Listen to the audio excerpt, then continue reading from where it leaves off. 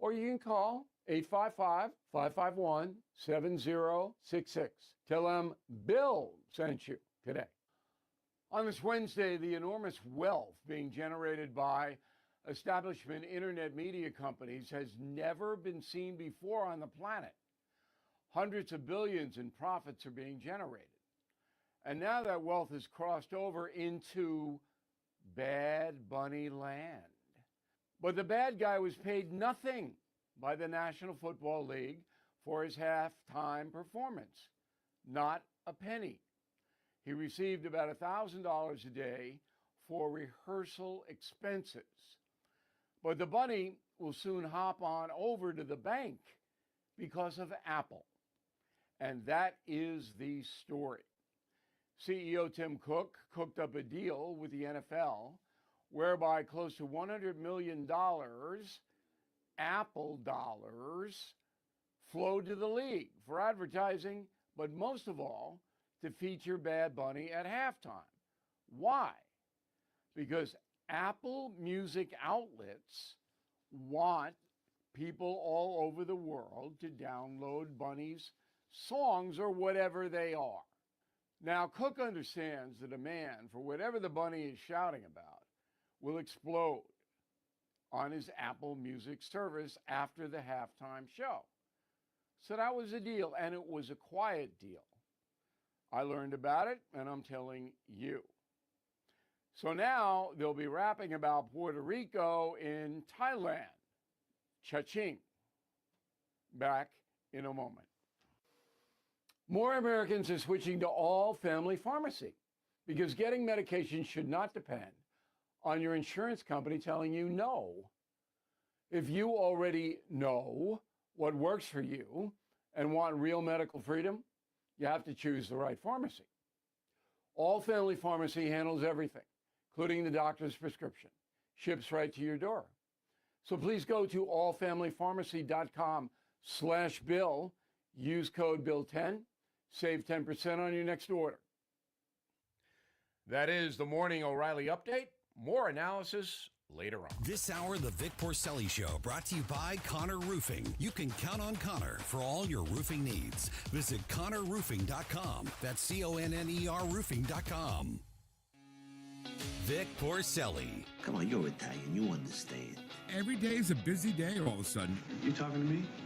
You talking to me? Tough and smart, and I love Italian, so, he's definitely Italian. At least I have this show to come and talk about it and let some stuff up. What kind of a show are you guys putting on here today?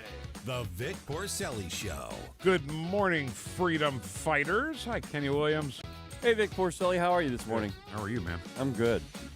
Man, it's starting to get nice. I mean, even it was 25 degrees this morning, and I was still just wearing a jacket.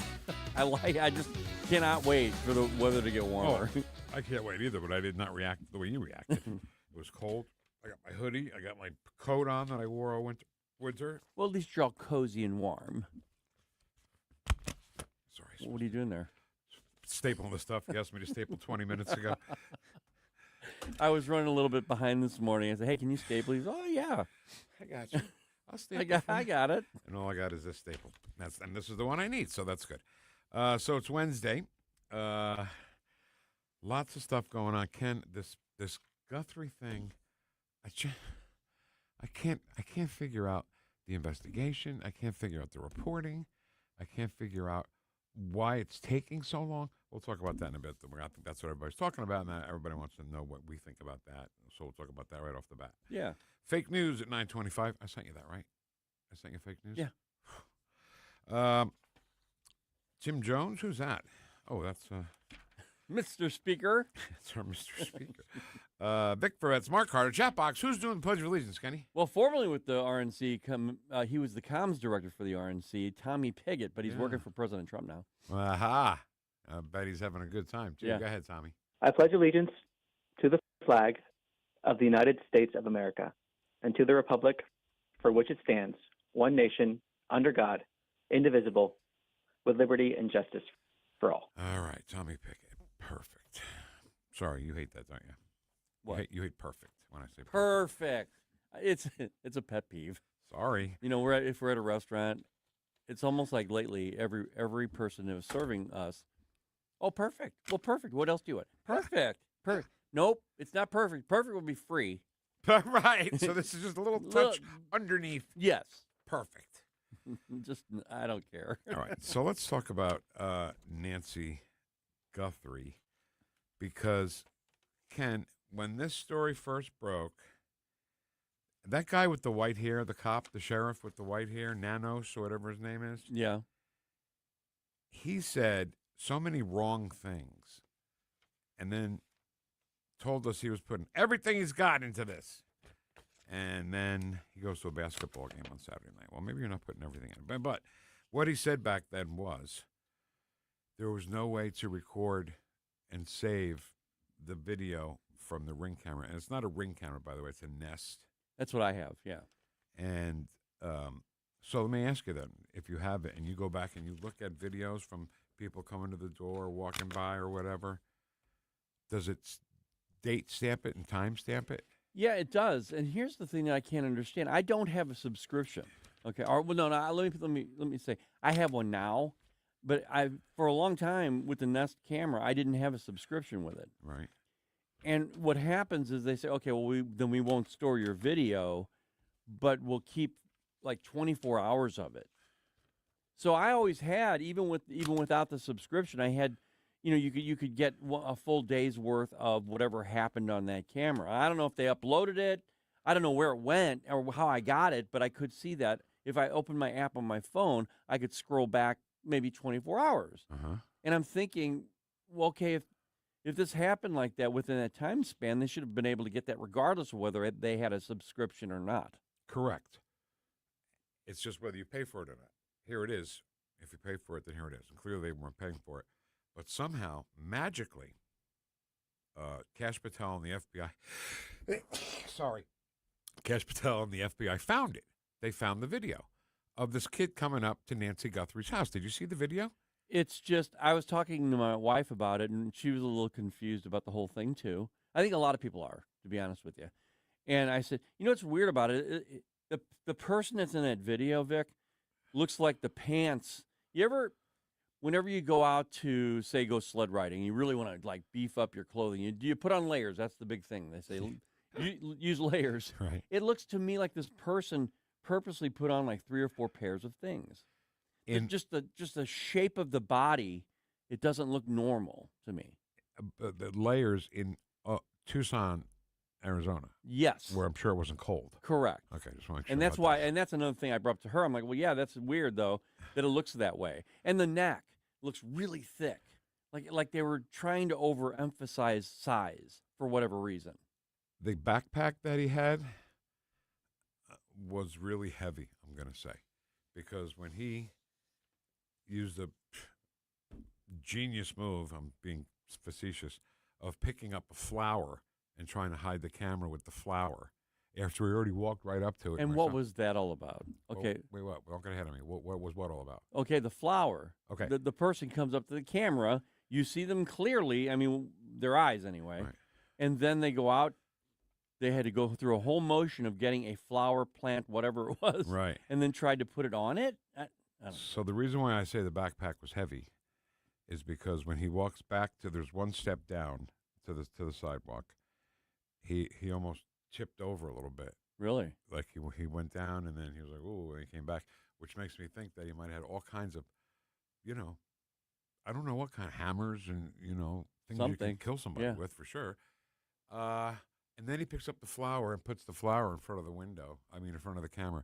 After he's already kind of looked right into it, don't they have retina scans that they can just scan somebody's eyes and see who it is? I don't know. What was also interesting to me, and this could be just I just noticed something that was normal, but with that night vision look, the eyelashes on that person and that mustache were really looking just like they were enhanced. And see his eyebrows? They were tweezed. Yeah, I don't know. It was really not typical for a dude looking.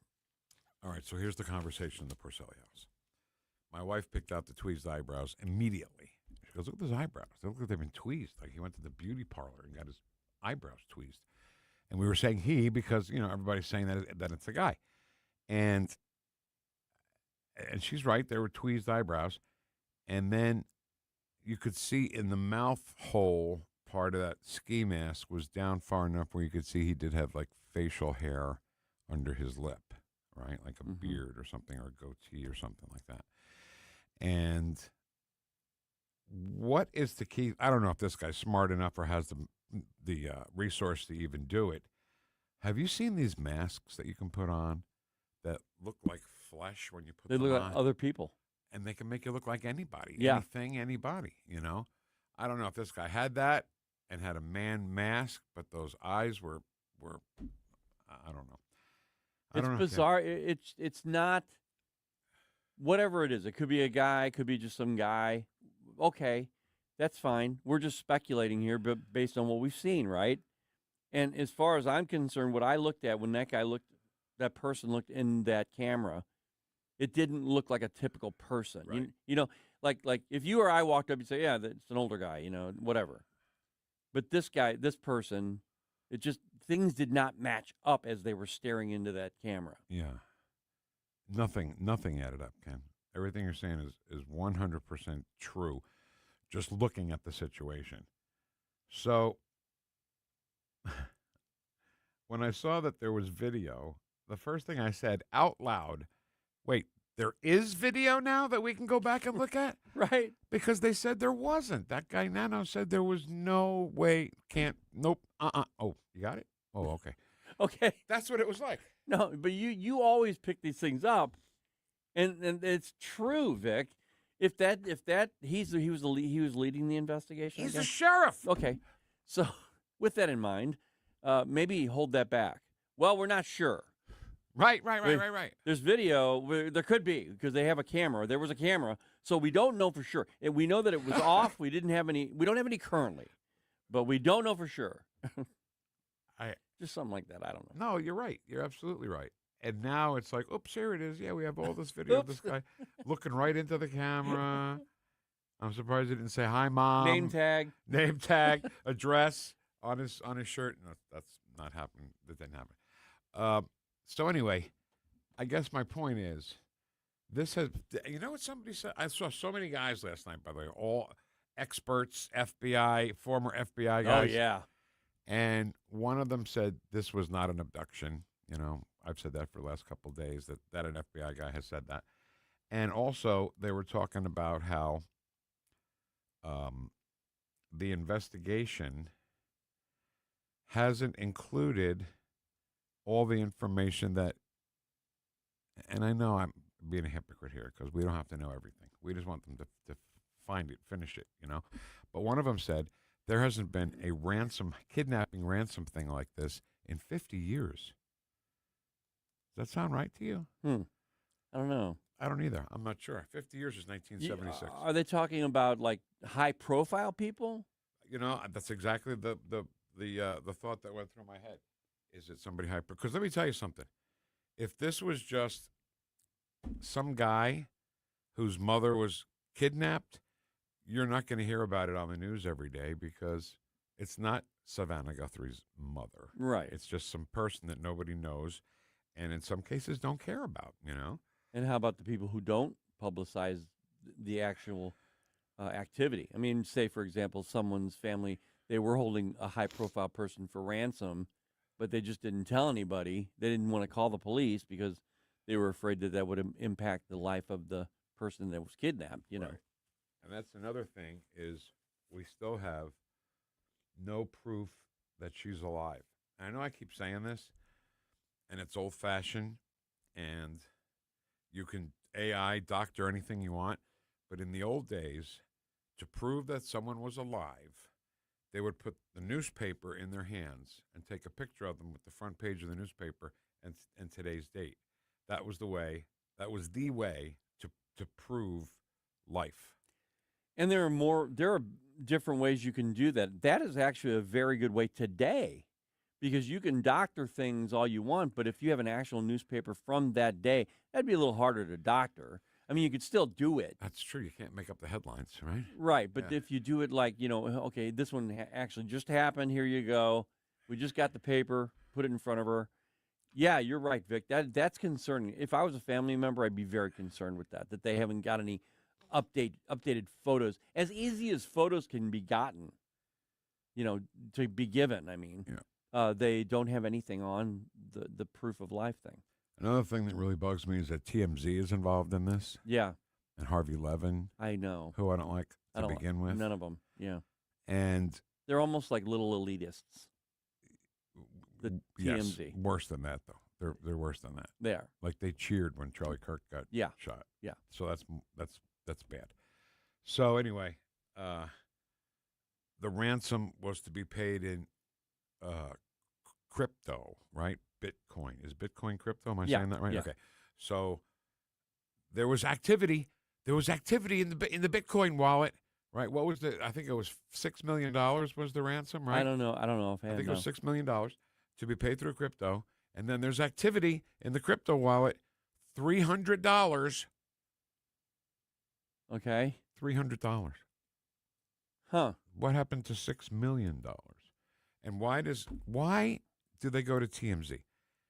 So Harvey Levin is on with CNN, and he says, well, I can tell you that there was activity in that wallet for $300.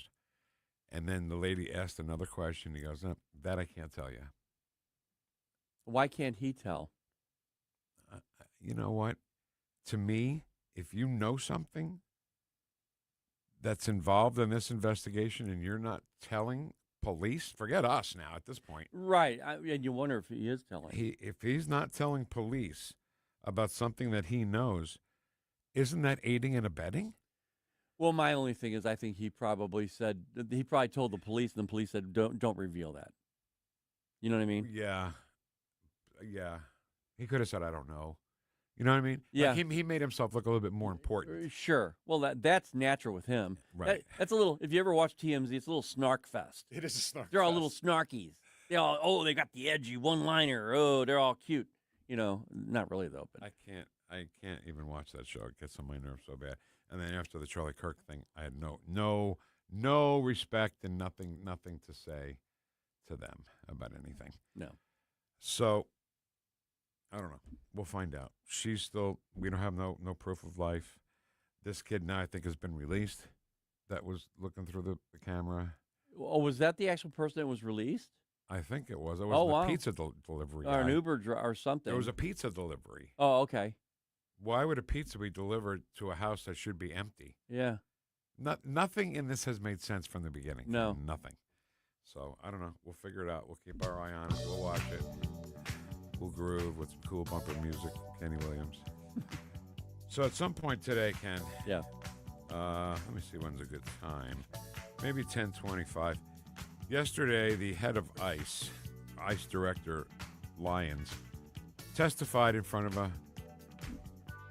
a House committee. And LaMonica McIver, she, her behavior is just beyond childish. I mean, it's terrible. Well, first of all, she should be a criminal. She's a criminal. She was the one trying to get into the ICE facility in Newark. She physically attacked an ICE officer. Got it. So let's do that. Okay? Yeah. What should I call it? ICE Director. Yeah, that'd be good. Up next, though, is fake news on 101.9 and 94.1 News Talk STL. Welcome home. Stream the Vic Porcelli Show at NewstalkSTL.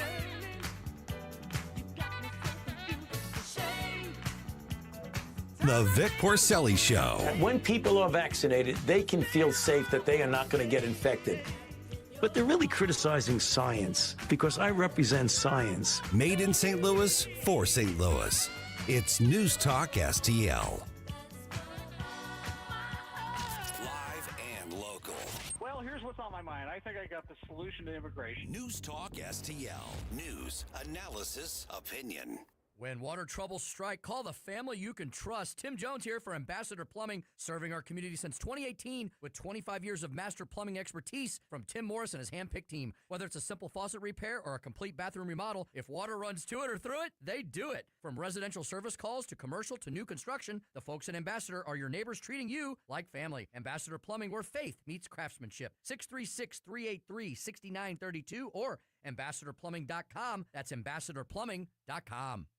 Tim Jones and Chris Arps in the afternoon. Speaking to David Stokes, Director of Municipal Policy at the Show Me Institute, tell Chris and I about Waymo, these robo-taxis. That is pretty obvious that these cars are much safer than human-driven cars. And much like I like horses, I like humans. Dave, my God, man, they're killing cats. I'm not an expert, but I do believe in the history of America that probably some human driving cars also run over a cat. Tim Jones and Chris Arps. Weekdays at 4 on News Talk STL. Hey, Jamie Allman here. When your car needs attention, trust who I trust. Benchmark Complete Auto in Valley Park. 25 years as a family-owned and operated company, Benchmark is your Napa Auto Care Center for nearly every maintenance and repair, using the latest technology and top-quality parts. Need help with the bill? Well, ask about Napa's Easy Pay financing.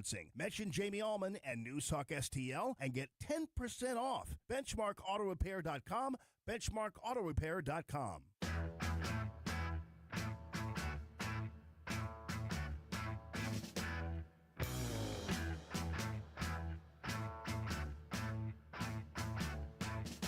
Talk lines are open now at 314-912-1019. Hey, this is Matt Bergman. You're listening to Vic and Ken on the Vic Porcelli Show on News Talk STL. It's cold, Jerry. Cold, Jerry. Good morning, everyone. Thanks for being with us. It's a Wednesday, so Grant can celebrate Double Woosh Wednesday today. Right. Tried to sneak that in on us yesterday in the chat box, but I think he bought a calendar. He knows what day it is now. Yeah. All right, so now is the time when we take a look at who we're fighting. Ken, do you know? Do you know who we're We fighting? are fighting the fake news. Got it. It's fake. Fake news. Phony. Fake. Fake news. So, back to what we talked about extensively yesterday, and I would love to talk about it extensively today, especially in this segment, about voter ID. And the left is finding every false excuse on why I almost said fake ID. Why voter ID is important because they want to cheat in another election. But what all they're doing is proving that all these years they have indeed cheated, and now we know it. Now everybody knows it, and they still won't admit that ever because we're the election deniers. Yeah, I still don't understand why any party, I don't care who it is, would say no. We don't want any more security on our voting ID.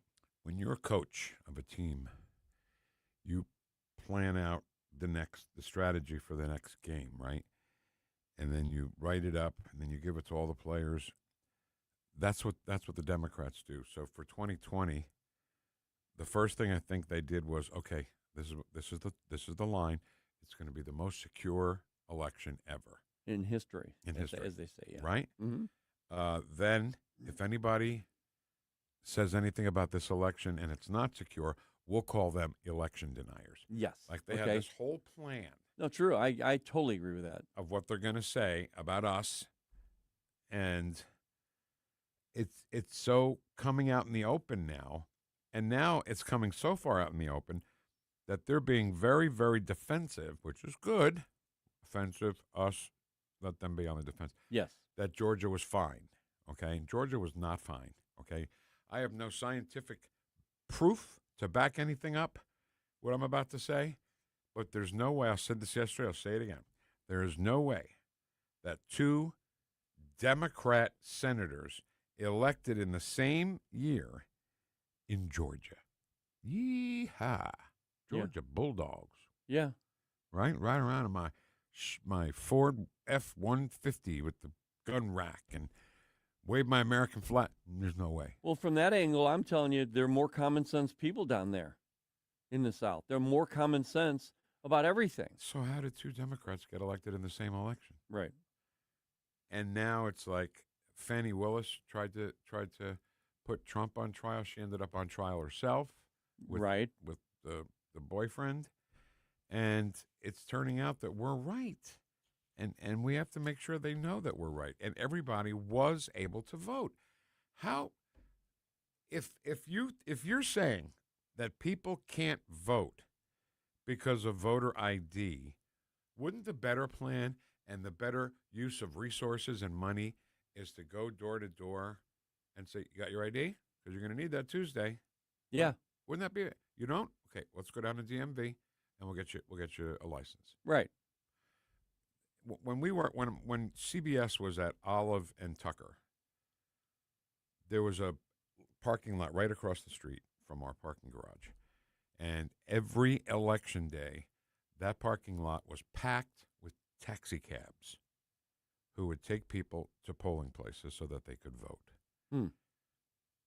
That's the way to do it. Right? As long as they're legally registered to vote and are legal citizens. And also, Vic, remember what the narrative that they started with?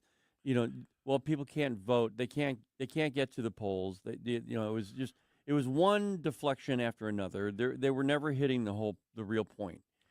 Then they said, of course, that black people can't get ID, and then they said, they just can't get their ID, and the fact is that they can't afford it. Well, come to find out, then most states they offer an ID for free. Right. You can send away for it, and then they were saying, but they don't know how to get.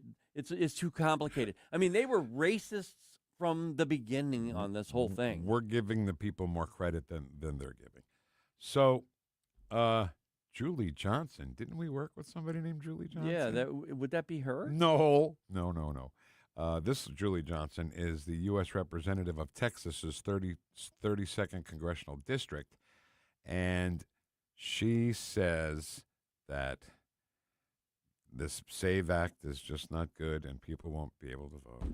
The question is always the devil is in the details, right? If you have to produce a passport, for example, in order to register to vote, we have tens of millions of people in this country that don't have access to passport. Are we going to then waive the passport fee of $150 so that it's not an unreasonable poll tax to be able to show proof of citizenship? Another aspect in that SAVE Act is for married women. They say now you have to sign an affidavit. Again, that requires a notary public. Are we going to have notaries at every single poll location? Are we going to require all the married women in this country to go out and then hire a notary to get the affidavit in order to vote? The devil always is in the details on how these things are manifested, but what we know is for the SAVE Act as introduced, I'm about to head to the Rules Committee right now to offer some amendments. It clearly restricts people's access to the polls. Why not have online? Why can't you show proof of citizenship online? Why are you required to go in person to a local office? Because you're a person, and they need to verify, just like the thing we talked about earlier about having proof of life, proof of human being. You can't do that online because of all the AI and crap happening today. Yeah. And she talks about the devil's in the details. She said that twice. Right. No, the devil's in the description of the details. Oh, nice, Ken. Write that down. That's your quote. That's a good one. So all I can do is talk from my own experience, right? Yeah. Jessica and I got engaged on December 24th, 1986. In the 80s, okay. And we got married on May 7th, 1988.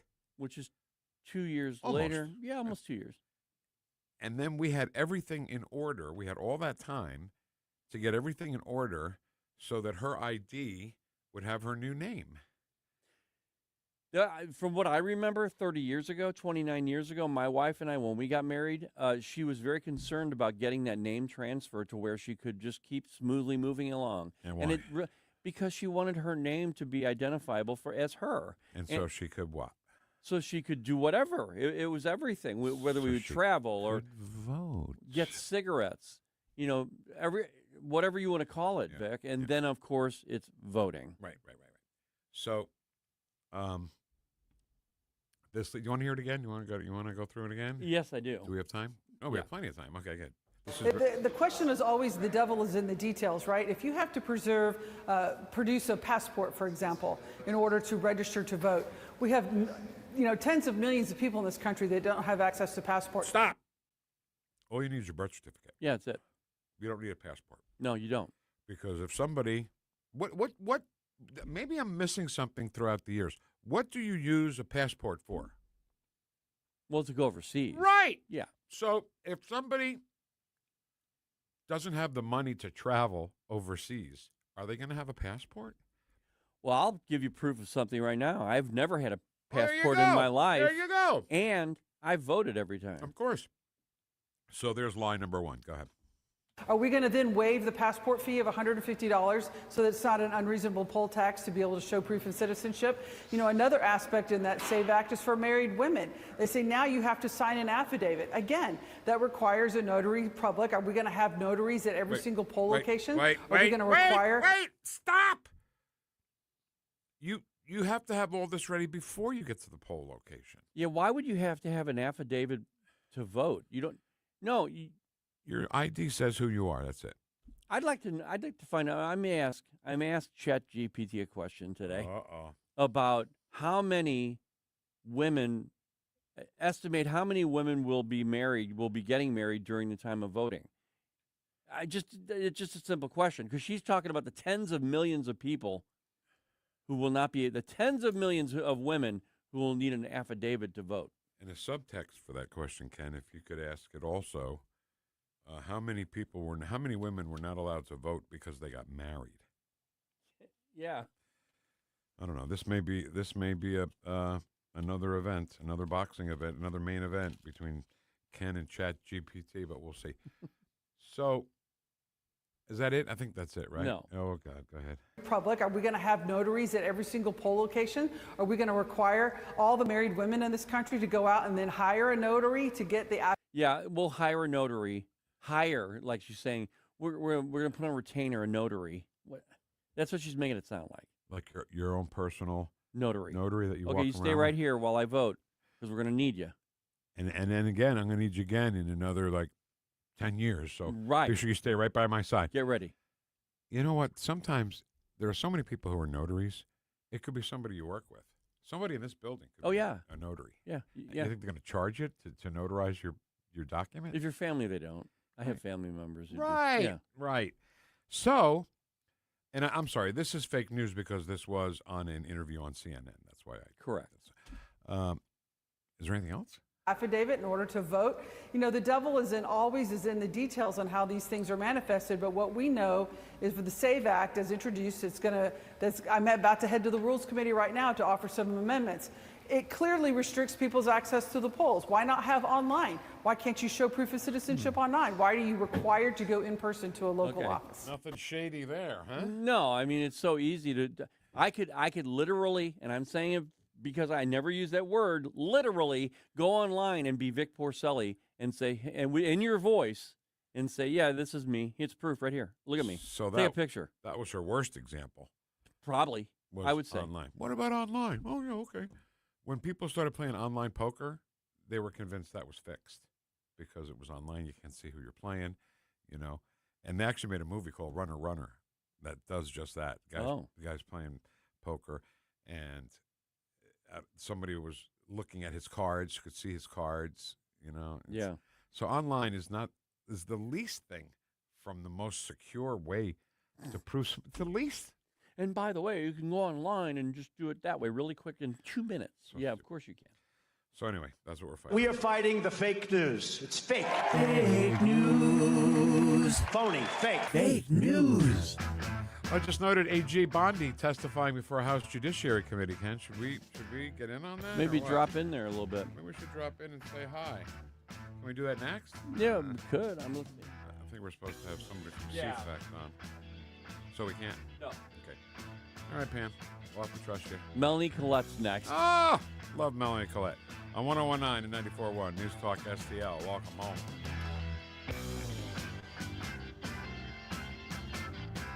Woosh, woosh.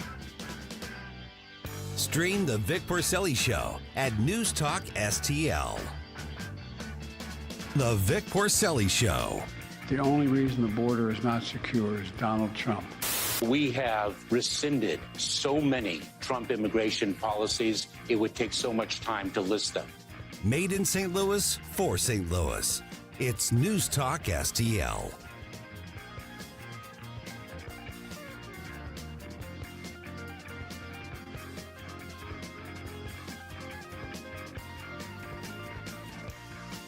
Woosh, whoosh. Thank you. Okay, so your tree is in your backyard. You know, it's funny. There is a tree, not in our yard, but it's in the next door neighbor's yard, and it leans way over into our yard. Bunch of branches, and they don't look too good. One of them's barely hanging on by a thread. One branch is hanging on by a thread. So if I knew the guy's name, I'd tell him about Roots Plus. What? No, I was thinking then, who owns the fence? He does. Because if it falls, it's going to fall on the fence and maybe break it. It's his fence. Okay, good. Let me tell you something about the backyard situation in my house.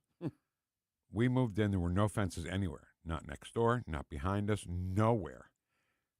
Should I tell the story now or wait till the spot's over? Let's wait till the spot's over. Okay, let's do that. Can I do it now, though, before I'm as soon as the spot's over? Oh, yeah. Okay. So I think you should call Stan Clement at Roots Plus, and he'll come out with his stethoscope and use his proprietary nutrient idea that he's got that saves trees. So if he works on your tree and he saves it, well, fantastic. Look, Marge, look what we've done. We've saved this tree. And you can feel proud of yourself for saving a tree. We're environmentalists. We are. And you can get in touch with, and Stan is a hoot, too, by the way. Great conservative guy. And you can get him at RootsPlusLLC.com, RootsPlusLLC.com. Okay, so move into this house in 1994 or 5, something like that. And there were no fences anywhere, just a pretty big yard, not bad, pretty big. Problem is it's a hill, so it's not a straight yard. So we lived here. We had Muddy. I don't know if you remember my dog, Muddy. Oh, yeah. Next door to us were the nicest people. And somehow, I can remember her last name, but not her first. Jackie was her name. So somehow Jackie was friends with Helen Kushnick. Helen Kushnick was Jay Leno's agent. And somehow Jackie knew this lady. I don't know how that happened. Helen Kushnick had this beautiful German shepherd named Harko. And then Helen Kushnick got cancer and asked Jackie if she would take Harko. So she said, sure. So now Harko, the German shepherd, lives next door. Well, Muddy and Harko were the best of friends. Man, Harko would come to the back door. Jackie would let him out. He'd come right to our front door, and he'd look inside. And, oh, Muddy, Harko's outside. And I'd let Muddy out. And Ken, they ran around because there were no fences. They just ran everywhere, all around the neighborhood. All right, see you later. We'll do it again in 5. But it's all changed now. I don't know why I told that story because you asked about the fence, I guess. No, I thought you were just going to say something like, yeah, I waited till all the neighbors got their fences up, then I added my fence. No, I have not built a fence. I didn't buy the house with a fence. I don't want fence. Okay, well, you were smart. Okay. We'll put that under Vic Smart. Let's get out of here. Tim Jones and Chris Arps in the afternoon. Chucky Schumer says the Save America Act is Jim Crow 2.0. We'll talk to Legal Eagle and black voter expert Zach Smith at 4:20. Tim Jones and Chris Arps. Weekdays at 4 on News Talk STL. Hi, it's Chris Arps, and I've been a customer of Royal Banks, Missouri for many years. They're a full-service, locally owned and operated community bank with 17 locations throughout the St. Louis area, including locations in Hannibal, Jerseyville, Granite City, as well as 2 locations in St. Charles. Plus, given today's headlines in the overall banking industry, it is reassuring to know Royal Banks of Missouri has the highest financial ratings in St. Louis for stability and strength. Royal Banks of Missouri is reinvesting in its hometown University City. They've now opened the doors to their new location at 8550 Olive Boulevard at the corner of Olive and McKnight. Stop by to see their refreshed look with the same exceptional Royal Bank service you know and trust. Learn more about the move in University City by visiting royalbanksofmo.com today. That's Royal Banks of Missouri, the community bank for your community. Member FDIC, Equal Housing Lender. This year, America turns 250, and News Talk STL is celebrating our nation's semi-quincentennial all year long. News Talk STL, #1 for live and local Soros-free talk, with proud supporters of our 250th birthday celebration, custom foam, and Lee May concrete block. 250 years strong, and we're just getting started. 101.9 and 94.1 News Talk STL. Concerned about the condition of your windows driving up your energy bills? I was too. It's only called STL Windows and Doors. Call today for your free in-home estimate and start saving tomorrow. 314-277-5952 or stlwindowsanddoors.com. If you have a phone, you have a radio. Wherever I'm at, home, car, wherever. Download the all-new Newstalk STL app. If you have a phone, you have a radio. Just the convenience on the phone. Streaming live on the mobile app. Love the new app. And listen anytime, Everywhere. anywhere. This hour, the Vic Porcelli Show, brought to you by Connor Roofing. You can count on Connor for all your roofing needs. Visit ConnorRoofing.com. That's CONNER Roofing.com.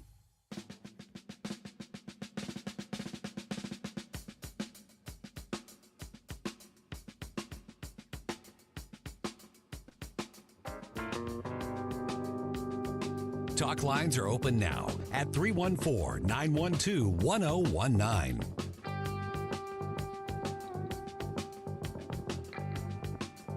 So, Bubba, if you're feeling down today or any day, cheer up. It's simple. Have someone give you a brand new car. If that's not happening, just listen to Vic Porcelli Show with Ken Williams. And don't forget to listen to Larry Connor's USA at 6 p.m. The legend, Larry Connor. Yeah. Okay, so it's Black History Month. Yes, it is. And we're like 11 days into it. And I was reading an interesting article by our great friend Melanie Collette from CFACT, who, you know, I think, I could be wrong, but I think what she's saying, we'll ask her about it in a second here, that black people during Black History Month shouldn't take it as victims that were victims, right? Right. It's just exploring and celebrating Black history. Heritage. Heritage, Yeah. exactly. Yeah. So let's go to beautiful Yeah. Cape May Courthouse, New Jersey. Melanie Collette from CFACT. How you doing? Hi, how are you? Thank you for having me. Of course, yes, of course. So how are you celebrating Black History Month? I'm celebrating by celebrating. I'm celebrating by being encouraged by the progress that we've made and looking forward to an optimistic future, not only for Black Americans, but for every American. Get that? Imagine that. Yeah. But and the progress that we've made, the successes that we have had as a people since our history here in America is something to behold. You have other countries all over the world where that has not been the case. And while we certainly have our warts, we have made great progress. There's no doubt. And you know, people just don't. It's very, very frustrating to me, and I think there's an overarching issue there. But it's very frustrating to me that it seems like as soon as Black History Month hits, that's when all the social media posts about all the horrible things that white folks did to us start to come out. And I do not believe that listen, that's not my version of Black history. You can choose however you would like to celebrate Black History Month, I suppose, because it's a free country, right? But I absolutely believe that it's a better choice, better for everyone, better for your own psyche, and just better for people around you if you focus on our successes in the future and how to make it better rather than focus on the trauma and horrible history that we came from. I'm not saying that we should forget history. I'm not someone who wants to take down statues and take names off of buildings and all of that stuff. But what I'm saying is, just like what a therapist would not recommend that one constantly revisits their childhood trauma, why would Black folks in general use Black History Month to go back and revisit that historical trauma? To me, it does not make any sense, and it's not healthy. That's my position. Now, you know, there are people who have patently disagreed with me in group chats, and as soon as those posts start, I'm like, I got to snooze you for 30 days because I'm not doing this with you. Right. And I think, Go ahead. I'm sorry. well, I was going to say, I think what you're saying is to, acknowledge achievements, celebrate, the things that black people have done throughout the years, rather than saying we've been victims, and we're still victims today, and by the way, we need reparations. Well, right. Like one friend sent me, said it in a group chat. It was this video of this older white woman who was talking about how she used to use the slaves to, or the servants or whatever, to breastfeed all 6 of her kids. And the post was like, "This is Black history." And I'm like, okay, so is the lady dead? Like, what would you like to do? Seriously, what would you like to do about that now? Yes, that was horrible. Yes, we know that it happens. Yes, and that is very bad, obviously. But why are we talking about it in 2026? Right. That's what I'm trying to figure out. Why are we talking about it in 2026? If it's a history class, if somebody wants to major in African American history, the history of slavery, and if that's what you want to do academically, knock yourself out, right? Right. So, but like, I just don't understand why we take Black History Month as an opportunity to do that. It just from just a psychological perspective, I just in a health perspective, like, why? I just don't understand why you want to do that, and it does nothing but. I'm going to speak for myself. Yeah. For me, it does nothing but bring up negative emotions that are unnecessary, makes me unnecessarily suspicious of my white brothers and sisters who weren't even here. You know what I mean? Well, Melanie, we always talk about how the left, they thrive on division, and I believe that they wanted this Black History Month not for the purpose that we thought it was for. Oh, Black History, okay, let's find out about it. They wanted it to divide, to make things negative, like you were talking about, but they never mentioned the fact that it was the Democrat Party who put the slaves in chains, basically from the outset. Then you have the abolitionists on the right who were helping the slaves, try to get them to keep them from being slaves any longer. You had 300,000 Union Army soldiers who gave their lives to stop slavery, but it was the Democrats that were created. The Democrat Party was created solely to stop to keep the slaves in place. The Republicans, they started their party for the sole purpose on March 20th, 1854, in order to stop the slave trade, stop the slaves and combat the Democrats, basically. That's exactly right. That is exactly right. And I had this debate with somebody on my social media page, which I only give myself 1, maybe 2 responses, and then I'm gonna let you argue with yourself. But for real, like I don't have time for this. Argue with yourself. But it's there's historical nuance there, and this, that, and the other. Larry Elder has this wonderful post, and that's what this person was responding to, about all of what you just talked about historically. But let's just leave party. Who can, either way, no matter what party you are in, you can celebrate Black excellence, which I don't even love that term. Like, I like to celebrate excellence. Right. But it's Black History Month. Let's do that. Irish Americans. There's a month for like every nationality, but I feel like we're the only race that uses that to be negative and to be divisive.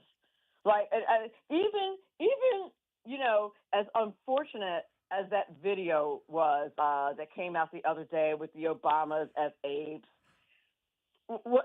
Super unfortunate, right? But the first thing that came to my mind is I'm like, okay, a staffer really messed up. That's the first thing I thought, because obviously he didn't do that himself. Right. I mean, what kind of logic? He doesn't even know how to do that. Here's right. But my point in bringing this up is I was sitting on national television talking about being upset about a video on social media when 50 years ago, barely, I could not even vote. Just past, maybe 100 years ago, I should say. I'm getting up there.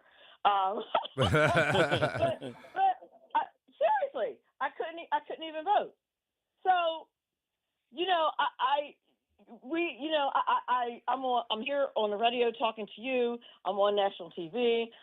I'm well educated. I do well for myself. And my oppression is an image of a former president as an ape. And I promise you, and this is really my real point, the Gen Zer who did that video, I promise you, had no idea of that historical reference. And now, and that's a good thing. And where are you supposed to learn it? Is there some class that you all are supposed to go to where you sit down and you're taught, here is the dictionary of racial tropes and images that you are to avoid for the rest of your life? Right. Because now racism, and this is the part that really, really bothers me, because now we live in a space where racism doesn't have anything to do with intent. Like, no one cared what the intention was, whether or not it was an accident. Nobody cared at all. It's just the fact that it was there, and now you're a racist. See, and not only is that completely illogical, it is not helpful. It's not helpful. I had a radio coworker. We were on Facebook, and she asked. She said, "What's your favorite song from the '80s?" I said, "Turning Japanese." She said, "Well, that's racist." And I said, "Now you know me. You know me. I am not racist. That's not the reason why I said it. I said I think it's a cool song." Not allowed. It's not allowed. So we've gone from, and I say this to people to these woke folks all the time. I'm like, we've gone through being in chains, segregation, not being able to vote, the civil rights movement. We've gone from all those things. So now we can freely sit on social media and complain about an image. Yes, it's a racial trope. Yes, it's a racial problem. But did the person who made that video know that? Well, they should. Should they? Right. I got you. Maybe they are living in a world.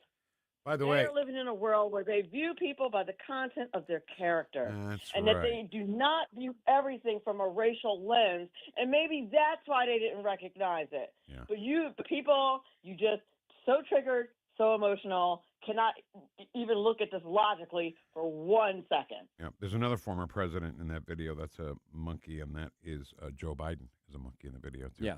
Right. All right. So ask yourself this. I'm sorry. Are you out of time? We're wrapping up.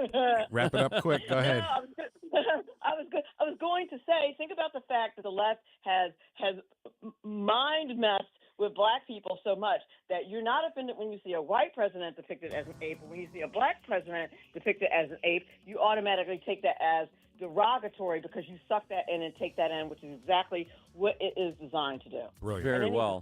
Melanie Collette, CFAC.org. Thank you so much. Let's meet again sometime soon. Thank you for having me. You got it. Bye, Melanie. You know, we ran out of time, Ken, but I was going to ask her if she had a driver's license. If she got ID. Yeah, I'm sure she does. Because she talks about a convertible all the time. Exactly right.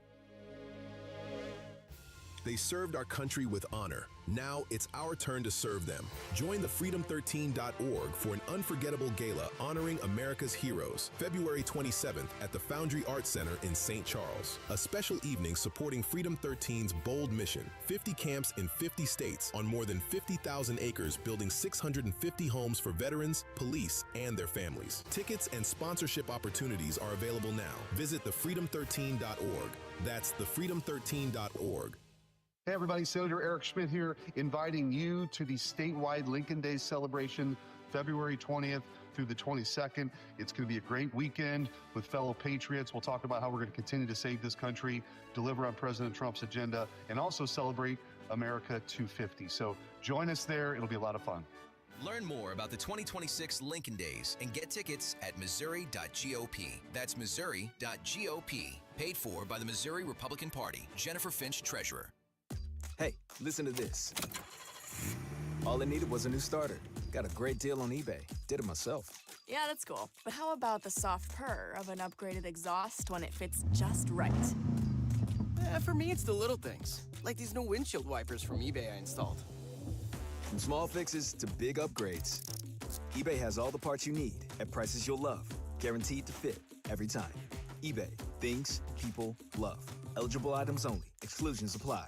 This is the time of the year most of us are checking off our holiday gift list. Identity thieves have lists too, and your personal information might be on that list. Protect your identity with LifeLock. LifeLock monitors hundreds of millions of data points every single second and alerts you to the threats you could miss yourself. If your identity is stolen, your own U.S.-based restoration specialist is going to work to fix it, guaranteed, or your money back. Make this season about joy, not identity theft, with LifeLock. Save up to 40% off your first year at LifeLock.com with the promo code BECK. Terms apply. KLGY HD3 Clayton, K270BW Bellefonte, KNBS Bowling Green. This is News Talk STL at 1019, 94.1, and always streaming at NewstalkSTL.com. This hour from Town Hall, I'm Rich Thomason.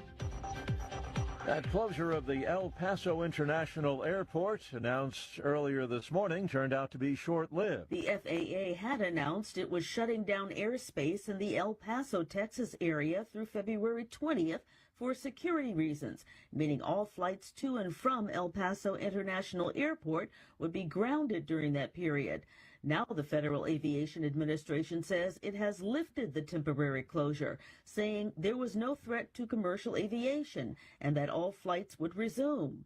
A Trump administration official tells the Associated Press that the airspace over El Paso was closed after Mexican cartel drones breached airspace, but that the Defense Department took action to disable those drones. Correspondent Donna Warder.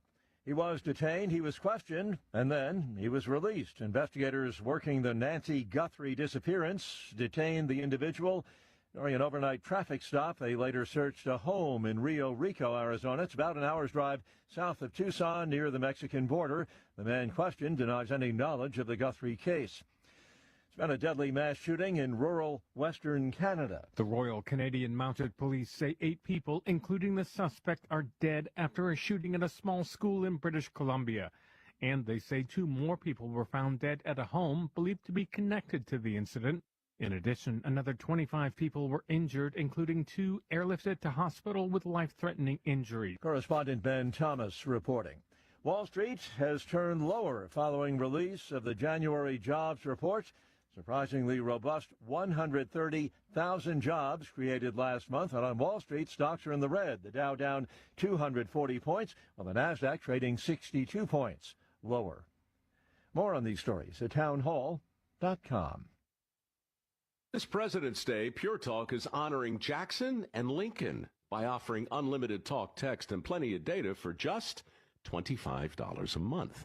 Meanwhile, Big Wireless is honoring Benjamin Franklin by charging families hundreds of dollars for the same 5G service. What's up with that? Ben Franklin wasn't even a president. When you switch to Pure Talk, you'll be in business with an American wireless company that supports our vets in a big way and keeps all their customer service in this country. That's important. And you'll be on the same towers the big carriers use, so you'll get the same 5G service without the inflated price. So hang on to your Benjamins and switch to Pure Talk for a Jackson and a Lincoln. No contract, no hidden fees. Dial pound 250, say Mike Rowe, and you'll get 50% off your first month when you switch. That's pound 250, Mike Rowe, for an American wireless company that is truly unprecedented. Pure Talk. This hour of News Talk STL is brought to you by Rodney and Jen Wallner and the entire Wallner home selling team at Berkshire Hathaway. Call them today at 314-810-SOLD. 314-810-SOLD. From the Michaels Flooring Outlet Weather Center. I'm meteorologist Chance Gotch with your first alert forecast. We're tracking temperatures back towards the lower 50s this afternoon with mostly sunny skies, sinks of winds out of the north. Thursday, mostly cloudy, could see an isolated shower or 2, 49 degrees. Friday, partly sunny, a high of 55. Into Saturday, could be tracking the possibility of some scattered showers. Temperatures back towards the lower 50s. Into Sunday, things will continue to rise with highs into the upper 50s. Going to be looking at clearing skies as the day. In the first alert for Weather Center, I'm meteorologist Chance Gotch. Vic Porcelli. Come on, you're Italian. You understand. Every day is a busy day all of a sudden. You talking to me? You talking to me? Tough and smart, and I love Italian, so, he's definitely Italian. At least I have this show to come and talk about it and let some stuff up. What kind of a show are you guys putting on here today? The Vic Porcelli Show. All right, hour number 2 of our 3-hour tour on 101.9 and 94.1 News Talk STL. So President's Day is this coming Monday. Did we, by the way, inform them that we'll be here Monday? Did we answer that email? We're the worst. You and I are the worst. No, I'm going to tell. I'll tell him today. Yeah, I'll tell him. I'll take it. So Monday is President's Day. Kenny and I will be here to celebrate President's Day with you. And if you listen all day, you can call in and win a President Trump bobblehead. Don't tell everybody. It's like a secret. Yeah. It's just that easy. Listen, call, win all day Monday, President's Day, from your live, local, and Soros-free radio station. Former Speaker of the House. You just proved why you left-wing loons are so insane. Y'all ready for this? Tim Jones. Hello. Hello. I'll do the introductions here, okay? You just sit back and wait till you hear your name. I was out of breath because I was downstairs talking to Senator Schroer, and I looked at my clock. I was like, oh, my goodness, Ken and Vic are probably looking for me, and I'm not there. That hurts me a little bit. It hurts my heart just a little bit. I'm here. I'm in Studio Schroer But in the News Talk wait a STL minute. We're an afterthought. Just City Bureau. We're an Do what now? afterthought. We're an afterthought. Oh, Ken and that's right. Vic and Ken. I got to go talk to them. You're very sensitive. Isn't he sensitive? I'm very sensitive. He's sensitive.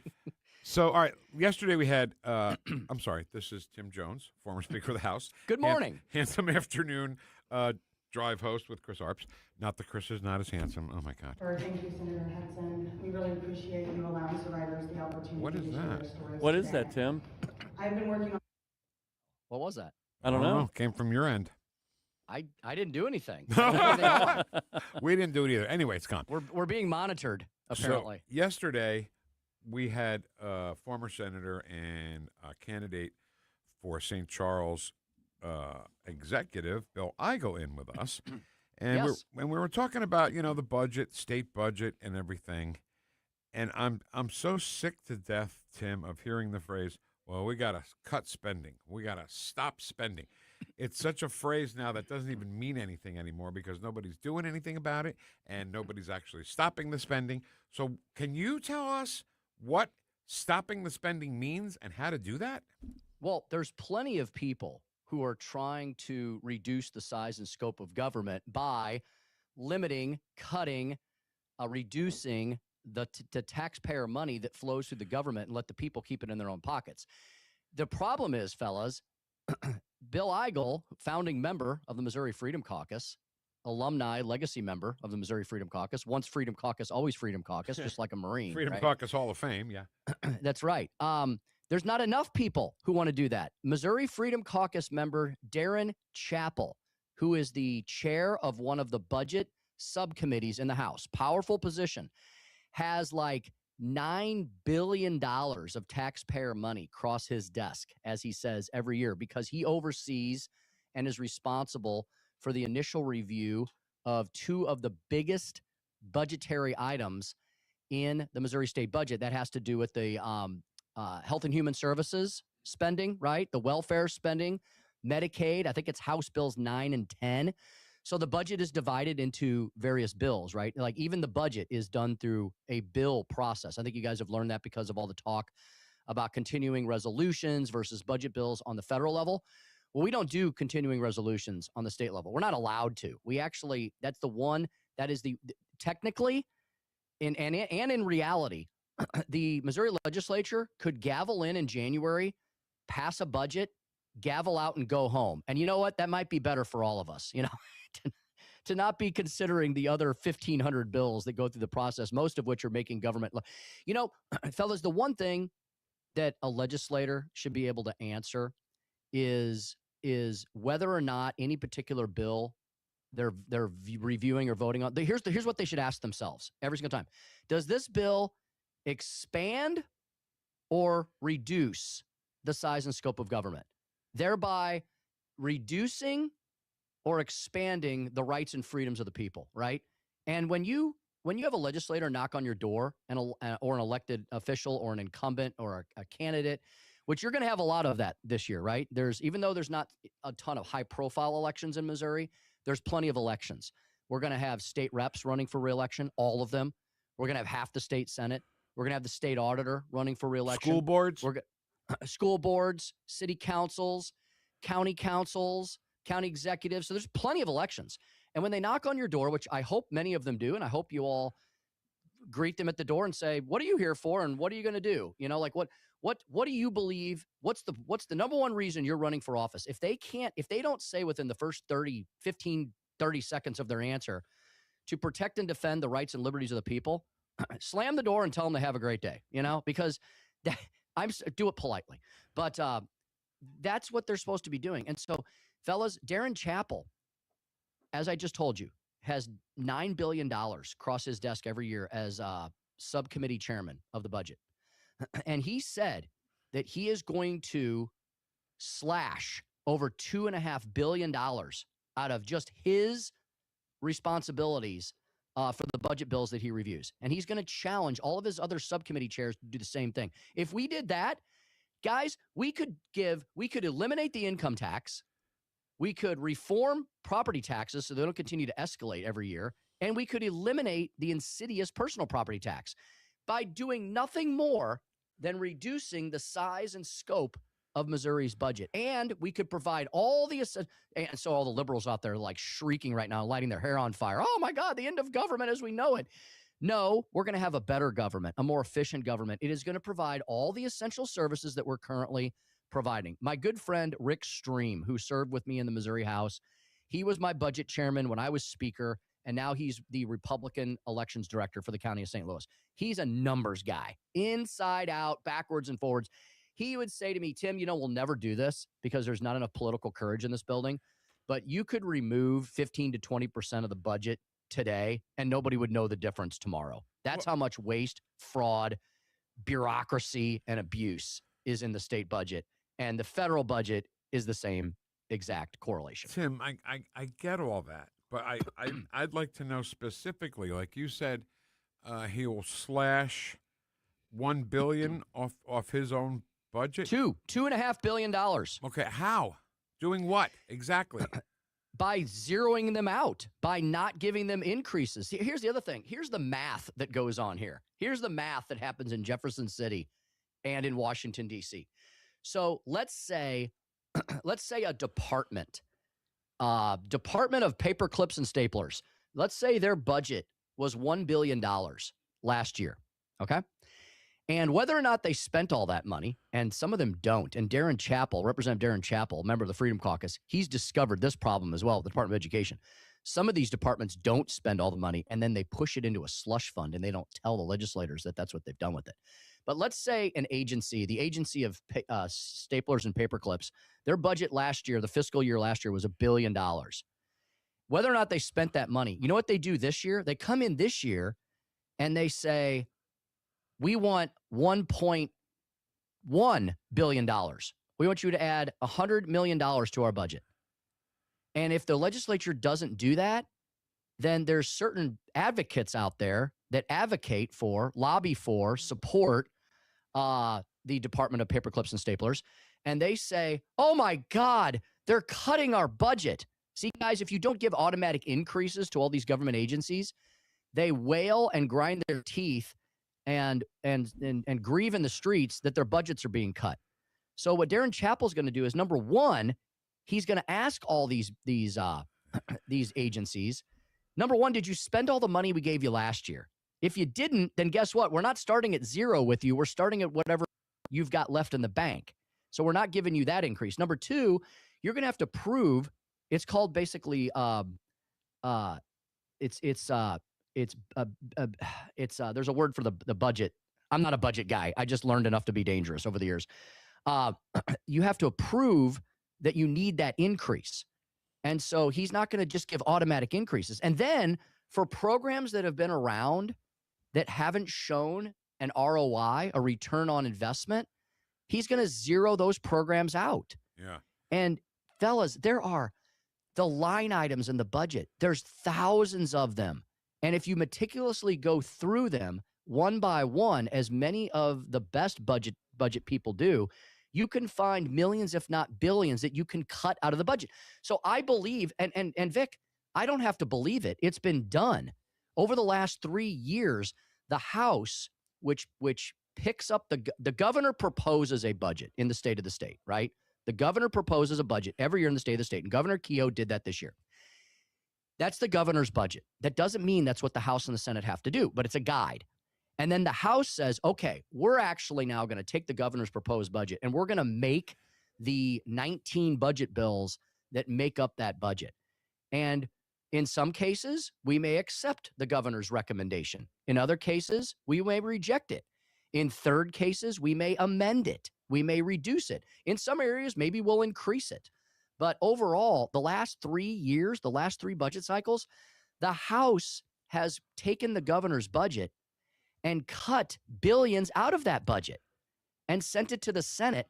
And then the former, very liberal, hard to call him Republican, appropriations chair, Lincoln Huff, no longer in that position. He's been removed from it by the Senate president, Cindy O'Loughlin. He would put all the money back in and more. Now, why? And so Vic, because he's a big spending liberal. That's why. Do I have to freaking explain this? Sorry. I mean, because. Don't yell at me. So I get so aggravated about this because I'm so glad I can tell the people listening to News Talk STL what happens, because I think people, I get it. People get frustrated, but I want people to know there are people in Jefferson City, mainly the Missouri House as a whole, which has proposed a smaller budget and cut billions out of that budget every single year. But we've got big spenders on the Senate side who force all that money back in and then some. And then we end up with a bigger budget every single year. Yeah, so it can't to last. answer your question, to answer your question very simply, Vic, we don't have enough fiscal conservatives who are masquerading as Republicans in Jefferson City. And so if you people don't pay attention to who you're voting for in August every year, then this is what you get. You get what you deserve. Okay, so 2 things very quickly. Sorry, I'm a little fired up today. It's okay. We love fired up jokes. Yeah. You do this to me. The governor, right? Ken, what was your question about the governor? I forgot. Well, we were talking to Bill Eigel yesterday, Tim, and we mentioned something about lowering income taxes, and Bill, Bill was all about that, the idea. But he said something like this: Governor Kehoe, he's all for it too, but it's not going to make any difference. What did he mean by that? We don't know. We ran out of time. I don't understand the context of that. So, look, he said something like to the effect of, yes, you will see that they're going to lower income taxes, but yes, it's not going to make any difference. At the expense of something else. Or something. And it can't be taxes. It can't, Tim, it can't be taxes anymore. We have to move to a fair tax system. We have to move to a fair tax. There are entities in this state that are paying zero taxes. Okay, because they've been exempted over the years by the legislature. They have been carved out. They've been loopholed out of the requirement to pay taxes. So the best thing we could do to keep up with all of our neighbors here in the Midwest who are also cutting, reducing, and eliminating their income tax. There are multiple states that border us who have placed themselves on a plan and a pathway to zero. And why is that important? Well, because when manufacturers, retail businesses, service industries, you name it, mom and pop shops to big manufacturing industrial facilities, when they look around the Midwest, guys, they have a checklist, okay? Everybody knows this. They have a checklist, and they go down certain things. How's your crime and public safety? Boy, we need some improvement there. How's your system of taxation? Wow, Missouri's got a lot of taxing districts. They have a lot of taxes. They have an income tax. It's kind of high compared to their neighbors. Their property tax system needs reform. What the hell is this personal property tax thing? Illinois doesn't even have that. Why do they have all these local taxes? The things that David Stokes and Brenda Talent talk to you guys about all the time. All these CIDs and TDDs and TIFs and all this stuff. What's all that tax? What are sewer districts and water districts? And wow, Missouri's really not a low tax state. We're an exhaustively overtaxed state. And one of the most obvious ones, the proverbial elephant in the room, is the income tax. And states like Nebraska and Iowa and Arkansas and Oklahoma, Tennessee is already at 0. Kentucky's on a pathway there. I mean, do we want to be more like Illinois, or do we want to be more like all the other states I just mentioned who are moving already? Many have moved to a lower flat tax, and some have put themselves on a pathway to 0. What do you do to okay, so the liberals say, what do you do to replace that? Well, number one, maybe you don't need so many taxes. Maybe you don't need so much tax revenue. How about you reduce the size and scope of your government? See how this works together? If you reduce state spending, then state taxation can go down. If you're not spending as many taxpayer dollars, then the tax dollars you collect aren't as necessary and can be reduced. And then you look at your sales tax system. So I understand Bill Eigel's concerns. They're very valid concerns. We don't want to eliminate the income tax and then replace it with some ginormous sales tax. Well, you don't have to do that. Tennessee does not have a ginormous sales tax, and they have no income tax. They've also eliminated other taxes along the way. They've eliminated their death tax. They've eliminated some inheritance taxes. They've eliminated some investment taxes. And their sales tax, it may be a little bit higher than Missouri's, but it's not double digits. It's way below double digits. It's, I don't know, is it 5%, 6%? But they have eliminated so many other taxes that overall you can't look at these things in a insulated blindered vacuum. You have to look at your overall state and local tax burden. I think, in my opinion, it's very possible to eliminate the income tax and long-term lower the state sales tax by eliminating the loopholes, the carve-outs, the exemptions, the tax credits, and making sure that your system of taxation is broad and low and flat. Okay. That's the tax gospel according to Tim Jones. Yes, all rise. So listen, I just want to remind everyone, last year, Paul Kurtman said to us, you can call somebody running for an office and say, I'm going to have a bunch of my neighbors here Sunday at 10 o'clock. Why don't you come over for coffee? And we'll talk about things, and they'll do it. They'll come to your house and talk to 5, 6 of your friends, whatever. I think we need to take more advantage of that so we do know who we're voting for, and more elementary than that there's an election coming up. Indeed. There is an election this year in Missouri. Well, you've got April elections coming up, right? And so there's a great bill, Missouri Freedom Caucus bill, to eliminate April elections and have everything either in August or November. Isn't that a great idea? I'm for that. Because all these taxing jurisdictions, all these money-grabbing public educrats and muni-crats and all the other crats, they put all their little tax increases and their bond extensions and all that on the April ballot. And they try to get their little special interest groups to the ballot, hope nobody else is paying. What in the world is that, Tim? What's going on? It's Tim. This is Tim Jones right now. Have you even moved today? What was? You better leave that down. I know. I don't have any idea. Well, bye, Tim. We don't know what happened to you, Tim, but thank you so much. We ran out of time, but man, people are disgusted with personal property tax as well. It doesn't make sense to it buy makes no something. sense, Vic. Buy tax when you buy it, and pay tax when you buy it, and then the year after, you got to pay tax. I paid tax when I bought it. What are you talking about? No, you're just renting it. That's what it's like. Yeah, it's like you're renting your life. People are pissed about we didn't cover that. There are so many taxes in Missouri. Missouri is not a low-tax state. A lot of I press all the time. What do you mean reduce spending, cut spending, stop spending? Yeah. Still, I haven't heard a definitive thing, which may include job loss. Yeah. Well, yeah. And I hate that, but I don't know. I don't want to say people have to lose their jobs, but something has to happen. Yes. And I hate to say that, though. But you hate to say it, Vic. Remember when the government was shut down, and I said, "Well, my daughter's is out of a job right now." Well, guess what? I didn't say open the government because my daughter needs a job. No, I said, well, that's just the way that works. What about your wife? Okay, what about my wife? She works for the state. But she does a job that's required to even let you know how many taxes are there, or how much money is I don't want to see being that taken out, or what businesses aren't paying. That's what Yeah. So as long as she's safe, I'm happy. yeah, I don't. But see, that's the whole point of this whole thing, though. People are going to lose their jobs, but Vic, we can't. We're not a socialist society. Nobody wants to say that. What you just said.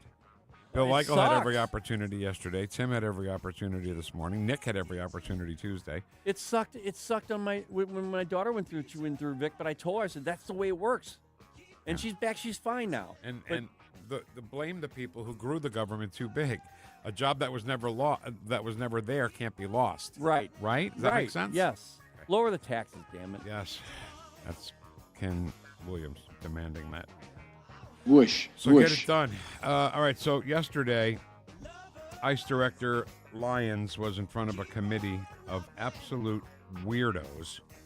And guess what? One of those weirdos was Eric Swalwell, who shouldn't even be on a committee. Oh, the guy. After you sleep with a Chinese spy, that should be it. You look at that guy, and you think dirt. Nasty dirt. Perv, don't you? Something. Yeah. All right, that's next on 101.9 94.1 News Talk STL. We give you news, analysis, opinion, and more. Only on News Talk STL. The Vic Porcelli Show. Cool, honey bunny. Be cool. Made in St. Louis for St. Louis. It's News Talk STL. Hey, Columbo here for Rockwood Charcoal. Rockwood is made from 100% pure Missouri oak and hickory, so you're cooking with the best and supporting local industry and a local business all at once. There's over 100 area Rockwood retailers. Find yours at rockwoodcharcoal.com. Hey, Mike Ferguson here, and for nearly 40 years, Nutrition Stop has been St. Peter's trusted source for natural living. They've got a great, knowledgeable staff offering more than just products.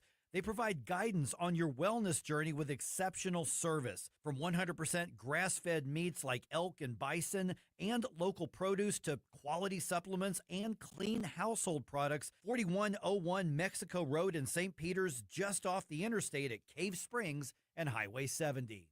Why leave your company's story to chance? In today's digital world, video content isn't just an option. It's essential for your success. At Blue Ocean Media Group, we've spent decades crafting compelling visual stories for businesses just like yours. From concept to completion, our award-winning team transforms your vision into powerful video content that connects with your audience and drives results. Don't trust your brand to amateurs. Partner with Blue Ocean Media Group. Visit blueoceanmediagroup.com today, and let's bring your story to life. Honey, he says we're in legal trouble, and we're going to lose our retirement. We have to get to a crypto ATM now. This can't be right. It's not right. I'm Attorney General Catherine Hanaway. We've received reports of devastating new scams involving crypto ATMs. Let's report this. We're here to help. Report suspected fraud at 800-392-8222 or visit ago.mo.gov. Sponsored by the Missouri Attorney General's Office. News Talk STL. News Talk STL.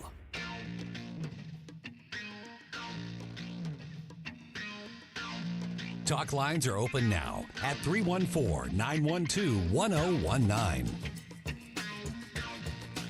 Hi, it's Tom Shalhoub. You're listening to the Vic Porcelli Show on 101.9 and 94.1 News Talk STL. AG Pam Bondi is testifying in front of a House committee right now. Hank Johnson, I hate to even do this. Hank Johnson's asking her questions. Let's see what they're talking about. 500 attorneys and reviewers who assisted with the. They asked a question and they don't want an answer. That answers my question, ma'am, and I'm going to move on. I'm going to move on. They won't let her answer. Would you agree? Time belongs to the gentleman from Georgia. General Bundy, would you agree that your 8 years of service as the state of Florida's Attorney General, the third largest state in the nation, served as an excellent preparation for your current role as Attorney General for the United States of America? Not only that, I was a career prosecutor for 18 years. And for 18 years. And for 18 years. He asked a question and doesn't want an answer. This is theatrics. Well, no. For 18 years, you prosecuted serious felony cases, including drug cases, correct? Oh, I prosecuted homicides. I prosecuted capital cases. I prosecuted domestic violence cases. I prosecuted multiple cases, and that's why I feel for all of these victims. And did you ask Merrick Garland this when you were sitting before him, sir? You also prosecuted sexual assault cases and child sex trafficking cases, What are you getting to, Hank? Yeah. I answered that question earlier. I prosecuted multiple cases when I was a prosecutor. Bottom line, you're an experienced and seasoned. For 18 years. Mr. Chairman, will you remind her of the rules? The time belongs to the member of the committee. You are a seasoned and experienced prosecutor, correct? I think we've established that. Yes or no? Does he want an answer or not? I think he wants to say. I want a yes or no answer. I think he wants to say. I want a yes or no answer, but I'll live with what you have already said. Let me ask you this question. Yeah. Clearly, you don't have any. I know what he's getting sexual at. assault cases, Trouble being there somewhere. You are acutely aware of how important it is to protect the identity of victims of sexual assault, correct? Here we go. I have addressed this multiple times. I think others were cutting me off when I was trying to. Well, I just simply asked, are you aware of the fact that it's vitally important to protect the identity of sexual assault victims as you prosecute the people they accuse of assaulting them? Isn't that correct? Excuse me. As we have said multiple times, protection of the identity of all victims of the victims are is protected. so very who are important. protected under? Do you want me to answer, or do you want to interrupt? Well, because you're not answering the question. You're saying the you same do a thing Jekyll she's and saying. Hyde kind of routine around here, and I just want you to answer my questions. What does Jekyll and Hyde mean? Can you explain that? Well, it means that? you're nice to the Republicans and you turn like Hyde on Democrats. But let me ask you this, ma'am. We have the Epstein victim survivors here today. Representative Jayapal asked a simple question. If you would be so kind and honorable as to turn around and face them and apologize to them for outing them. I mean, how many lives have been derailed because your department was either sloppy and incompetent or willfully trying to intimidate and punish these ladies for coming forward? Which was it? The time of the gentleman has expired. The gentleman yields back. The chair now recognizes the gentleman from Wisconsin for 5 minutes. Attorney General Bondi, my colleagues on the other side of the aisle have spent the past several months attacking the administration for doing exactly what the American people wanted when they overwhelmingly elected President Trump. Securing our border and enforcing our immigration laws. I find it a bit ironic because this is the same party who just a few years ago were openly supporting strong immigration enforcement after witnessing criminal illegal aliens wreak havoc on the American communities. I have a short video I just wanted to play. Of immigrants. We're also a nation of law. Wow. You know, Hank Johnson, he should spend more time learning exactly what the Department of Justice does instead of playing guitar. Did you see his videos of him playing guitar? No. And, you know, saying that, well, Guam, if there's too many people on one side, the whole island could capsize. He was the one, yeah. He got elected, and that's what he thinks, an island can capsize? Yeah, oh yeah.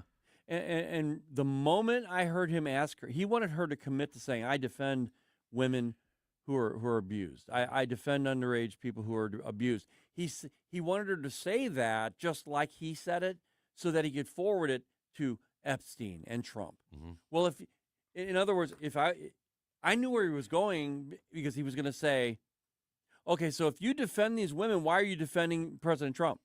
That's exactly what he was going to say. And President Trump, to this day, has been proven to not have anything to do with Epstein after he was shown to be a pedophile.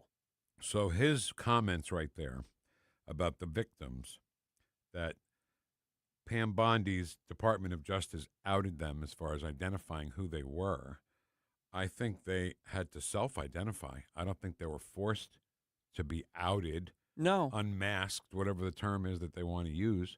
They came forward willingly and voluntarily. So how is it her fault? Exactly right. How would it be her fault? And here's another thing, Vic. All these victims that we're talking about, which they are, if they were truly attacked by this man and the people that he was helping to do this nasty stuff, why don't they name the names? If they were abused by certain people, bring those names up. Let's hear you get on the stand and talk about the persons who did this to you. But for some reason, they're not letting them do that, or somebody's not doing it for some reason. So I can't remember how many years ago it was now, but it was years ago. Amy Robach worked for ABC News, and she had all this information on Epstein and Epstein Island. Because right now you're seeing a flood of Democrats saying, release the Epstein files. Liberal experts on social media, release the Epstein files. And if the Epstein files are released, you're going to find that President Trump didn't do anything nefarious, as Tim pointed out. Tim, you're not Tim. What's your name? Ken, right? Okay. And now all of a sudden they're all into releasing the Epstein list. But when Amy Robach had the information and they wouldn't run her story because Prince Andrew was involved, and the royals would be mad at ABC. And, of course, the mainstream media, they have to cover the royal family in England, or else I don't know what we do.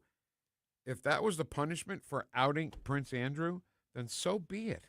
But she had names. Clinton, what's the name she mentioned, but she had names. And they wouldn't let her run it. And it's a pretty frustrating video to watch because she's so frustrated in it. And, I don't know why people didn't care then when the same people care so much now. And I think Amy Robach got railroaded in that whole thing. I really do. Yeah. Just my take. So anyway, Pam Bundy's. Maybe we'll gather some of that tonight, Ken, and we can play some of it tomorrow. Yeah. Well, I thought that was a pretty good one that we had there live. We got lucky. Yes, we did. All right. So the Winter Olympics are going on. Yeah. I love it. I love the Winter Olympics. And I already told the story about the Denmark speed skater, right? Yeah. When she took that hood down and had the Clairol hair. Right. Oh, my gosh, you didn't look like that 2 seconds ago. A lot of great stuff going on. We're doing pretty well. We're a pretty good curling Olympics, right? I saw the silver medal. Yeah, I saw the highlights. Do you know? Did I ask you this yesterday? I don't know if I asked you this. When those guys do the brooms. Well, yeah, we found out from a listener. Which is they said that they increase the heat. I think as they're sweeping it, and it makes the ice smoother, so it goes along better. So faster. Well, I said faster, but they said just to keep it up to speed. Smoother, okay. Yeah, smoother. I have no idea. Because the person behind them that threw the thing shout at them to do left, right, up, yeah, back. I don't. Yeah, it's science, man. It's science? I don't know. It seems like it's pretty intense. I'm out. I like it. Winter Games updates 4 times a day on News Talk STL, brought to you by Best Buy Flooring and Corel Roofing. All right, promise. Next, we'll hear about another one of these sessions, one of these hearings with Representative LaMonica McIver going at it with Director Lyons. We got some good stuff. Eric Swalwell. Yeah, I know. Up. Yeah. Gotta go take a shower. Yeah. I feel dirty.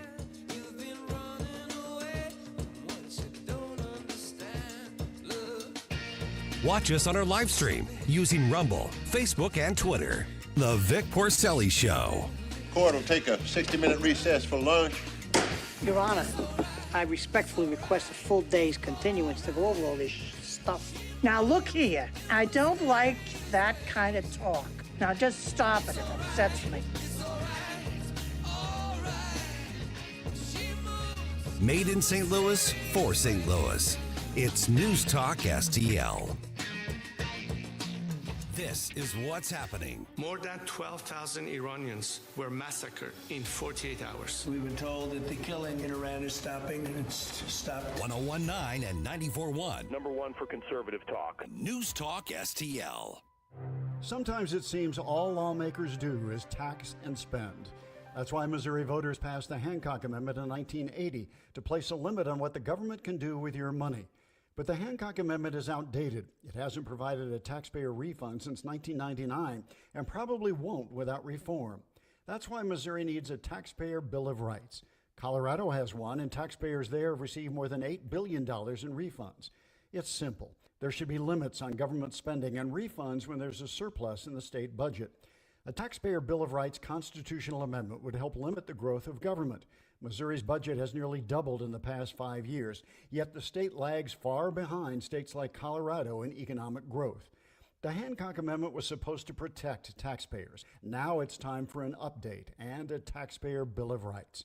After all, it's your money. Learn more at showmeinstitute.org. The Show Me Minute has been brought to you by Show Me Institute and Show Me Opportunity. Tim Jones and Chris Arps in the afternoon. Jim Talent, former U.S. Senator, did Pete Hegseth commit a war crime, in your opinion? No. My only concern is that we're not getting enough drug boats. It's the first effective thing I can remember we've done to strike at these cartels, not only to take out particular shipments of drugs, but to deter others. And I'm not going to cry crocodile tears for any of them. Tim Jones and Chris Arps, weekdays at 4 on News Talk STL. This is your wake-up call. If you're still waking up stiff, sore, or mad at your alarm clock, that's not life. That's your mattress talking. This President's Day, Snooze is bringing the comfort revolution. $1,000 off Beautyrest Black, $800 off Stearns & Foster, $500 off Tempur-Pedic Smart Base sets, and now the newest from Helix, Molecule, and Copper by Spring Air. Dream mapping, local care, real sleep science. It's personal, it's powerful, and it's time. Snooze Mattress Company. If you don't snooze, you lose. Fox News Commentary with Jimmy Fallon, next. My name is Whitney Allen, and I'm a widow. After my husband died, the last thing I wanted to think about was money. Ethos made it affordable to get life insurance. Signing up was fast and 100% online. I knew that I could pay our mortgage and have food in the fridge. I could focus on my kids. No one ever tells you how much you're going to depend on that policy. I am so grateful we had coverage. Get your free quote at ethos.com/save. That's ethos.com/save. Paid spokesperson. Time spent on application may vary. Online health questions required. Here's Jimmy Fallon. Chuck Schumer's literally telling you with a straight face, black people aren't capable of getting voter ID. Guys, he's not joking. He's saying you can't do it. You're not as capable as the other races are at getting voter ID. And I called it Jim Crow 2.0, and the right wing went nuts. Again, drive a car, ID. Rent a car, ID. Buy a car, ID. Think about that. Board a plane, ID. Last I checked, black people board planes. There are so many instances where people are being fed absolute bile that comes from this place of incredible hypocrisy just the same. If Chuck Schumer's telling you Republicans are racist, they want to bring back Jim Crow 2.0 by requiring black people to get voter ID, because we all know black people can't get a voter ID. Like, wait, what is even going on here? For more commentary like this, go to foxnewspodcast.com.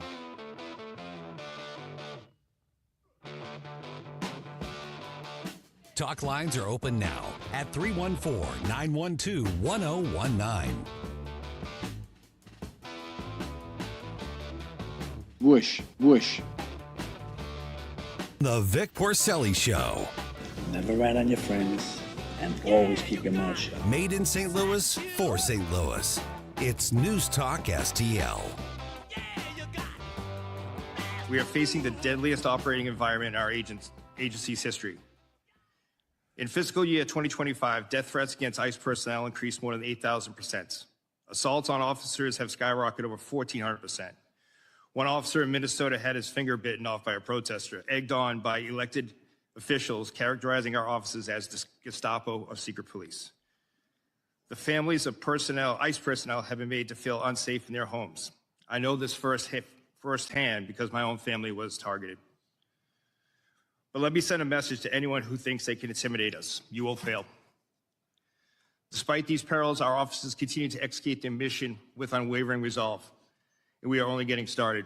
ICE remains committed to the fundamental principles that those who illegally enter our country must be held accountable. Since the beginning of the second Trump administration, we have achieved historic results. From January 20th, 2025 through January 20th, 2026, ICE has conducted nearly 379,000 arrests. Among those arrests were more than 7,000 suspected gang members and over 1,400 known as suspected terrorists. They're doing a pretty good job. And I think, you know what I think? I think this show should be piped into the Capitol building so they hear us say things they should do, and then maybe they'll do them. Like, be on the offensive. We let them take the offense with ICE, calling them Gestapo. Yeah, you're actually going to my head with what I've been thinking while this was playing. Calling them the SS, and this is Nazi Germany, and we let them do that. Okay, do you remember when they started to defund the police? Yeah, right. That was the start of it, yeah. Okay, that was the start of it. But, Vic, this is the same exact thing. They said, defund the police. The police are bad. And they started writing defund the police on the streets of Washington, D.C. and in New York City, right in front of Trump Tower and all that stuff. That's what being on the offensive is, and they were. Now they're trying it again with these people. These are federal law enforcement officers that if you even touch one, technically you are committing a felony and you need to go to jail. But these people, they're being told by the leadership in Minnesota, no, they're not real. They are not real law enforcement. You can do whatever you want, and that's why people die. That's right. And, I'll say it again, that when you allow people, because the big phrase is people of color. So this way they can include everyone, because they're not saying, because the blacks aren't having any problems in Minnesota right now, none, zero, because they're staying out of the way, they're minding their own business, they're going to work every day, and they're letting the stupid white liberal kids go out there and start the fight and get shot in a couple of cases, right? So, when people use the phrase, I should say, people of color, that allows them to include every ethnicity, even white people who got a good tan from being at the beach, and that allowed them to include Hispanic people, people who are of Indian descent, meaning from India. Well, anybody, really, Asian people. So they've opened up the umbrella and caught us with our eyes closed and had no defense for it because we weren't on the offensive to begin with. Right. I'm so sick of it, Ken. I'm so sick of it. Let's take a little detour and talk to Lincoln County Willie. Lincoln County Willie, how you doing, baby? Woosh, woosh, my brother. Woosh, woosh to hey, you. This is Double Woosh Wednesday, Willie, so this is for you. Woosh, woosh. Let me ask you a question about this immigration. Yeah. Now, years ago, when they used to come into Ellis Island there in New York, they had a certain amount of days to become an American citizen. What happened? Well, my grandfathers both did that.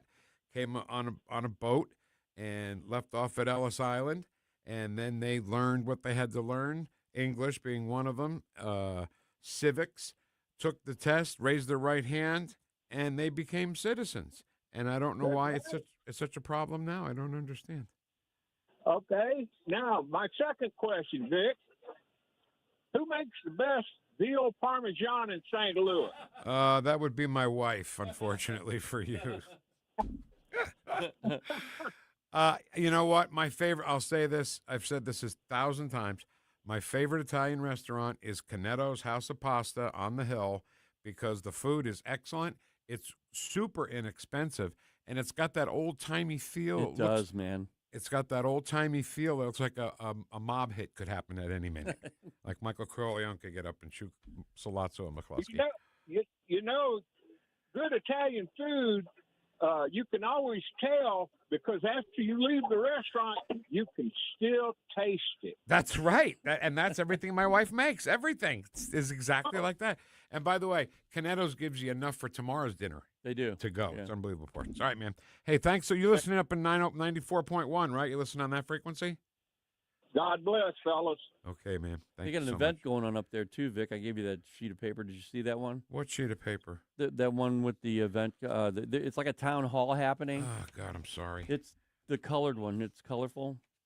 It's It's like a poster. It's a poster of color. Is that what you're saying? No. Oh, what are you saying? It's a town hall. All right, I'm looking for it. That's all right. Sorry, I didn't realize those two things were connected. Here we go. Legislative Town Hall. Ken, is that what you're talking about? Yes, it is. Yes, it is. It's February 16th, which is just a few days from now. 10 o'clock. Lincoln County Memorial VFW Post 8828. And it's just a town hall meeting. It doesn't cost anything to get in. Get out there and speak your mind, right? Yeah, pretty much. Yeah. Okay. All right, I want to get back to this hearing from yesterday because Representative LaMonica McIver, who I believe represents my old home state of New Jersey, she was the one who assaulted ICE officers when they wanted to break into the ICE facility and then blamed it on the ICE officers. Yeah, and they have video, and she at first didn't even realize they had video and said, I never touched them. I wouldn't. So she got to ask some questions of ICE Director Lyons, and this went out of control. Mr. Lyons, do you consider yourself a religious man? Yes, ma'am. Oh, yes. Okay, well, how do you think Judgment Day will work for you with so much blood on your hands? I'm not going to entertain that question. Oh, Stop, okay. Stop. She thought she had him, right? Oh, yeah. You're a religious man.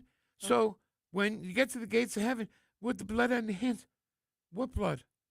Any blood, even on the dead, is in the hands of Waltz and Fry and Omar and Ellison. Those are the people with blood on their hands. Well, the people with blood on their hands are the people who let 20 million plus people in this country illegally. Right, them too.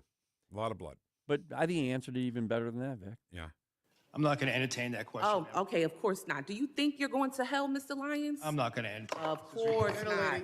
How many government... The gentlelady will suspend. The gentlelady will suspend. Chairman? A gentlelady will suspend. As I said, the issues we're debating here are important to ones that members feel deeply about. Thank you, While Chairman. vigorous disagreement is part of the legislative process, members are reminded that we must adhere to established standards of decorum and debate. The witnesses are here voluntarily, and I will continue to remind members that while oversight is important, aggressively attacking those witnesses personally is inappropriate and not in keeping with the traditions of our committee. Mr. Chairman, I'm just asking a question. I'm just asking. You guys are always talking about religion here in the Bible. I mean, it's okay for me to ask a question, right? But let me continue on. I got your note. All right, the gentlelady may resume. resume. Thank you so much. Let me get back to my question, Mr. Chairman. Thank you. I appreciate you. I think that is so dismissive of her to say what she just said about Christians. Yeah. And not only that, but on social media after seeing this, a lot of people saw this. They were like, wait a minute, you were supposed to excuse her from even questioning anymore. Right. That's what she was supposed to be suspended. Yeah.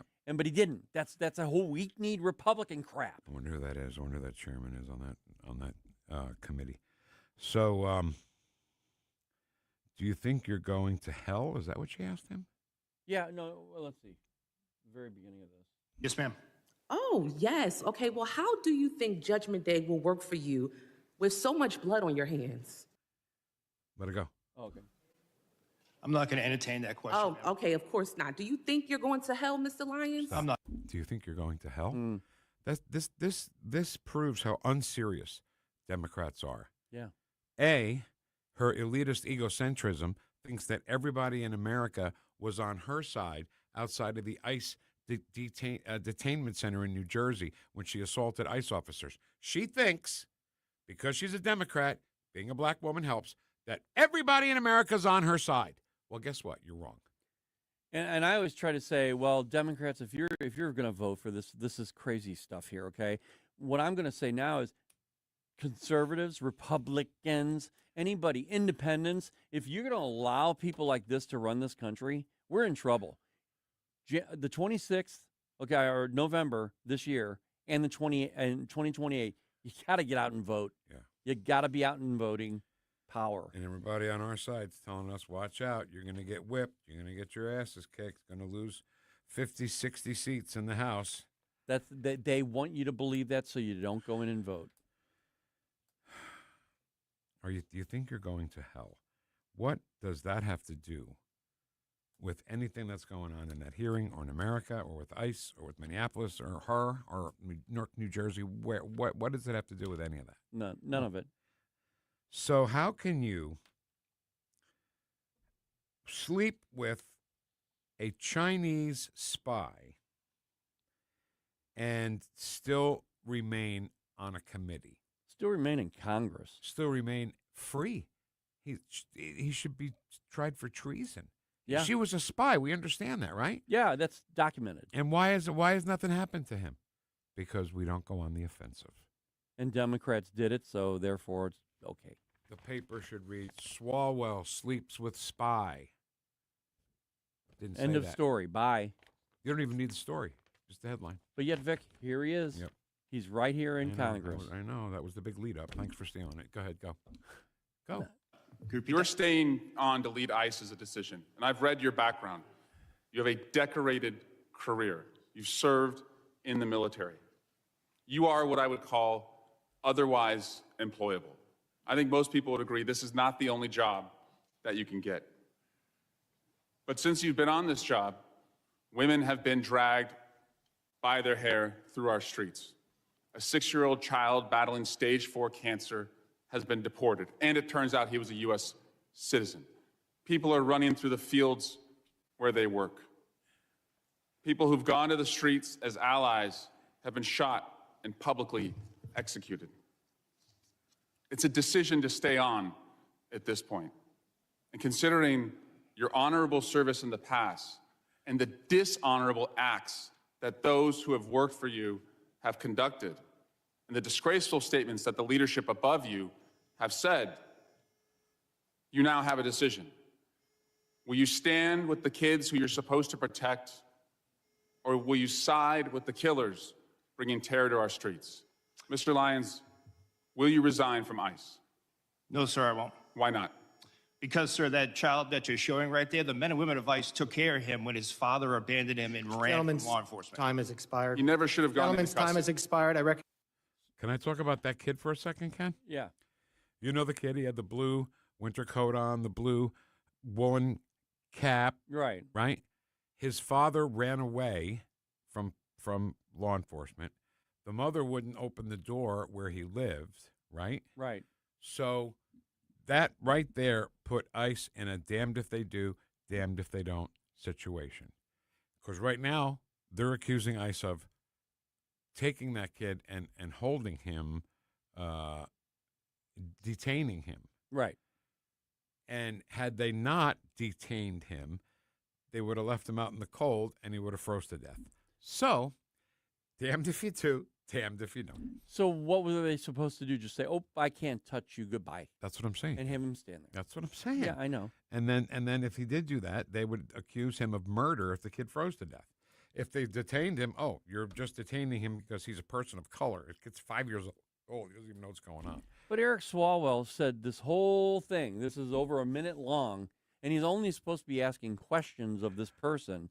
He said that people running in through the fields at their jobs. Okay, first of all, if I'm in a job and ICE shows up, am I going to go run out of this building and run through the fields? No. You know why? Because I'm not illegal. If you're illegal and running through the fields, you should be, because they're going to catch you, and they should deport your ass as soon as they can. I think he also said dragging women by the hair. By the hair, sure. I didn't see any evidence of that. He pulled Fang Fang's hair in bed. Maybe. When she said, "Pull my hair, Eric." Maybe. You know, but I didn't see anybody dragging anybody by the hair. No, everything that he just said, that whole statement, because he made a statement, he wasn't asking a question. They can do that though. A lot of and that's fine. Yeah. And that's fine. But everything was a lie.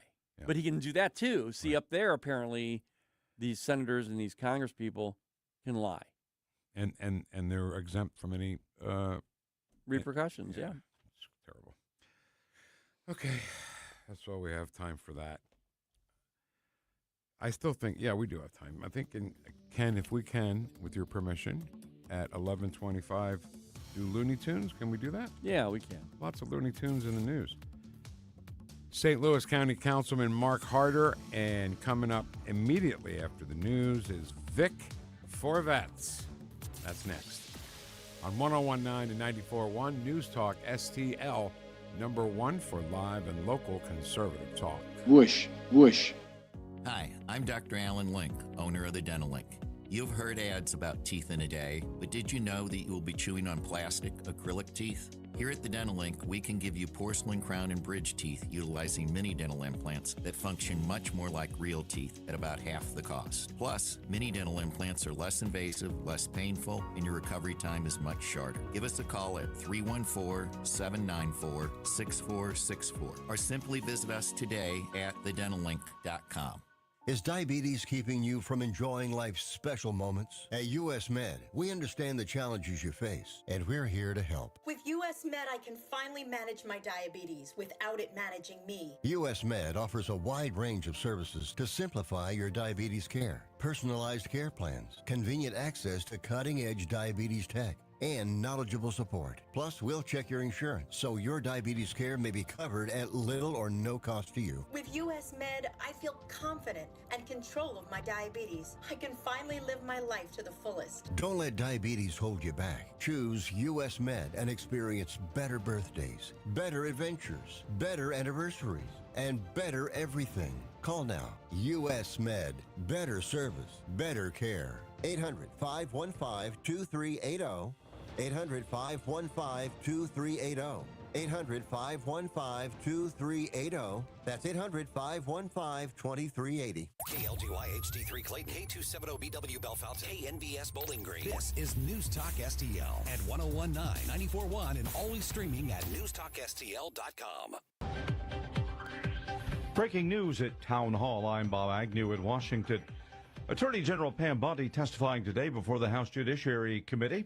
Meanwhile, Democrats try to frame the Attorney General's actions concerning the Epstein files as being faulty. Meanwhile, the top Republican on the committee. What a difference a year makes. Under Attorney General Bondi, the DOJ has returned to its core missions, upholding the rule of law, going after the bad guys, and keeping Americans safe. And that is Chairman Jim Jordan during today's House Judiciary Committee hearings. The White House is cheering today's jobs report, which came in with more jobs than expected last month. Employers adding a surprisingly strong 130,000, much more than the 70 that had been predicted. Senior White House economic advisor Kevin Hassett says the numbers vindicate the president's tariff policies. We just saw one of the best jobs reports you've ever seen, outperforming the estimates of 76 out of 78 economists polled by Bloomberg, giving us, let's go through it, the best labor force participation that we've had since 2001. The lowest share of federal government employees that are working since 1966.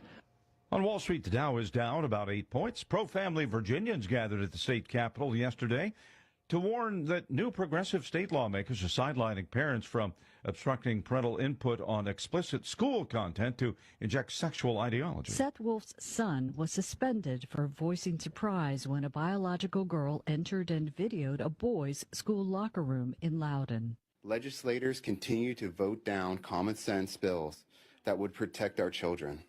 Parents are not asking for much but basic safeguards. We're asking for bathroom privacy. We're asking for transparency on school policies and an end of pushing radical gender ideology on kids without parents' consent or knowledge. More on these stories at townhall.com. Hi, it's Mike Gallagher. A lot of us are thinking about taxes, home projects we've been putting off, ways to get ahead financially in 2026. Now's the perfect time to talk to my friends at Fellowship Home Loans. If you want to lower your mortgage payment, they can help you refinance.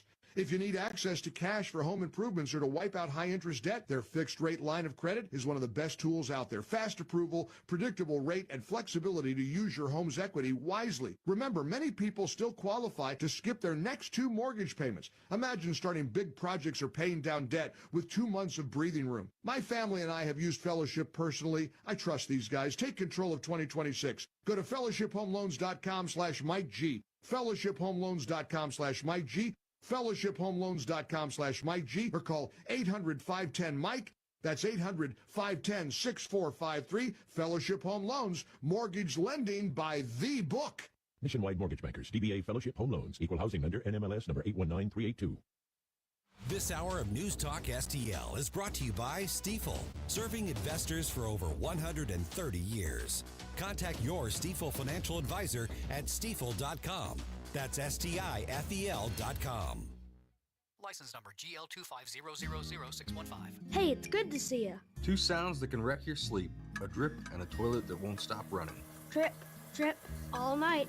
Good news. We're doing plumbing now. Same folks, same care, same we do it right. Leaky faucet, running toilet. Or a stubborn clog, call Grasser. Electric and plumbing, the Grasser way. Green is always Grasser at GrasserHomeServices.com.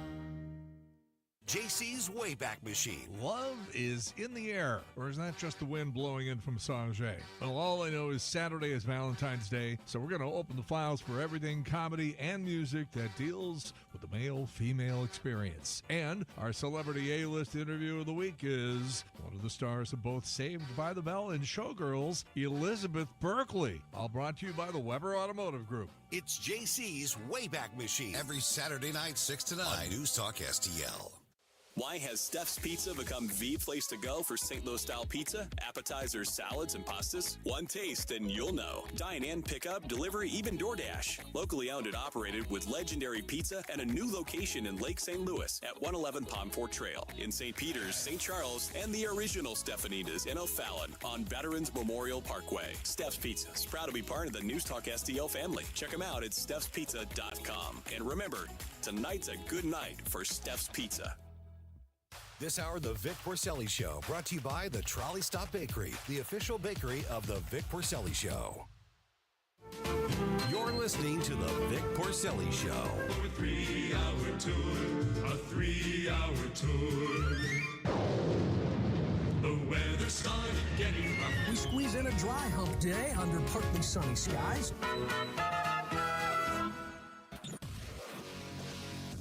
From New Jersey to Baldwin, Missouri, to behind the microphone, taking the whoosh to the radical left and the putrid swamp.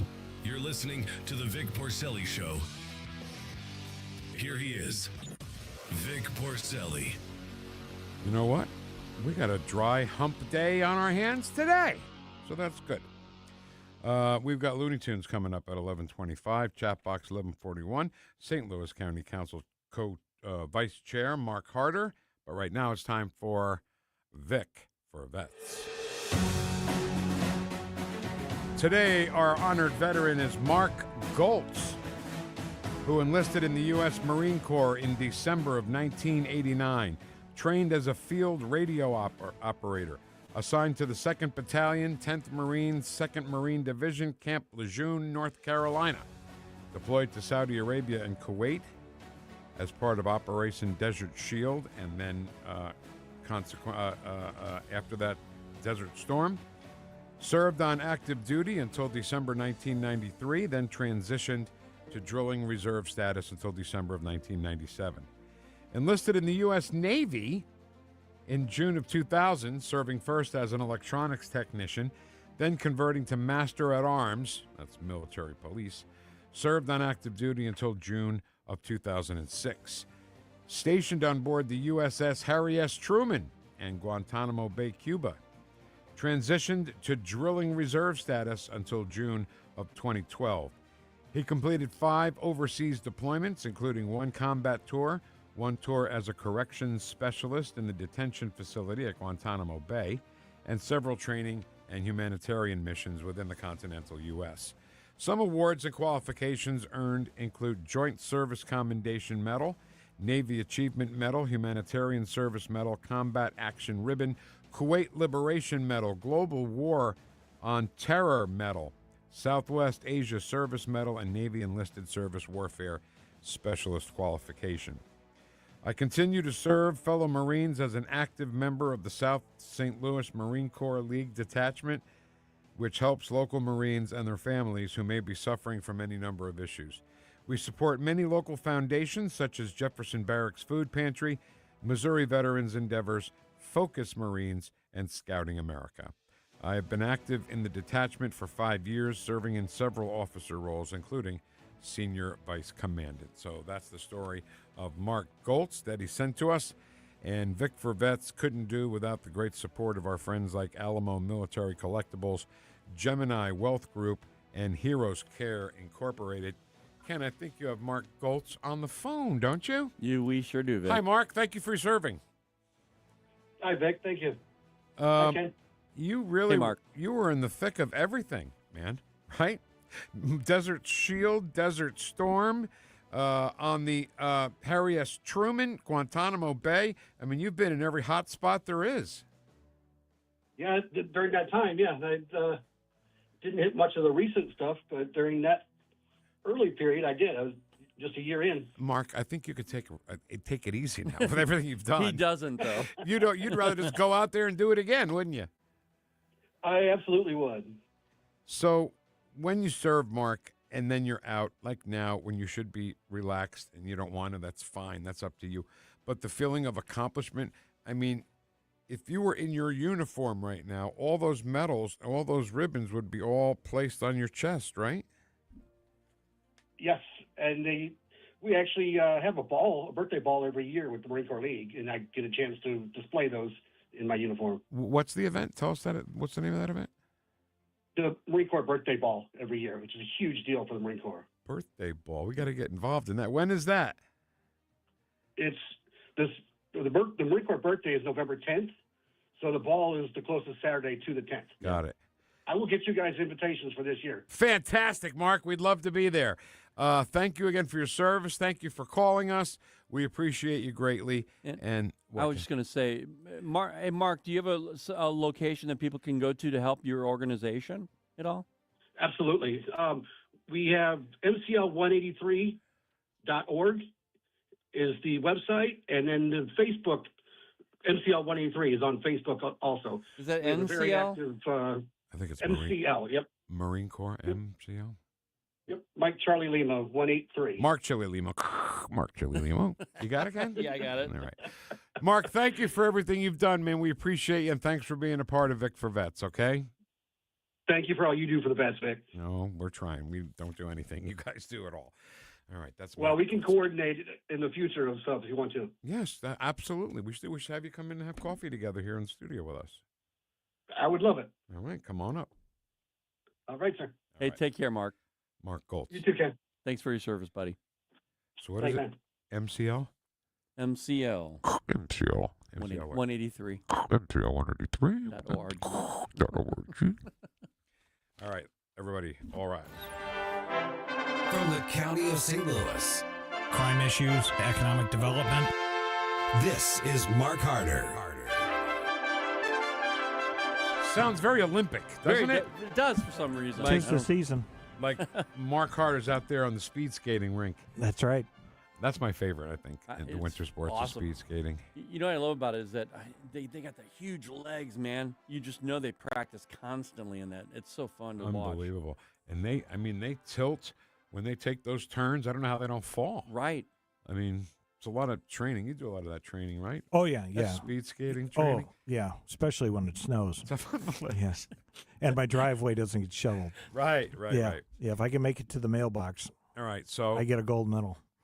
Anything you want to talk about that I'm afraid to ask about right now, or do you just want to?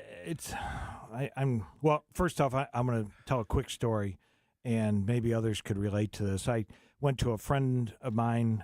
His mother died. Went to the funeral, the wake, the other night, and I found this out. I don't know if you've ever heard this before, but so I found this out at the wake that. So this friend of mine is there, trying to attend to his mother's needs and the family needs and everything else. And while they're there at the wake, his mother's house gets broken into and ransacked. Can you imagine? I mean, there's a special place in hell for these people. Yeah.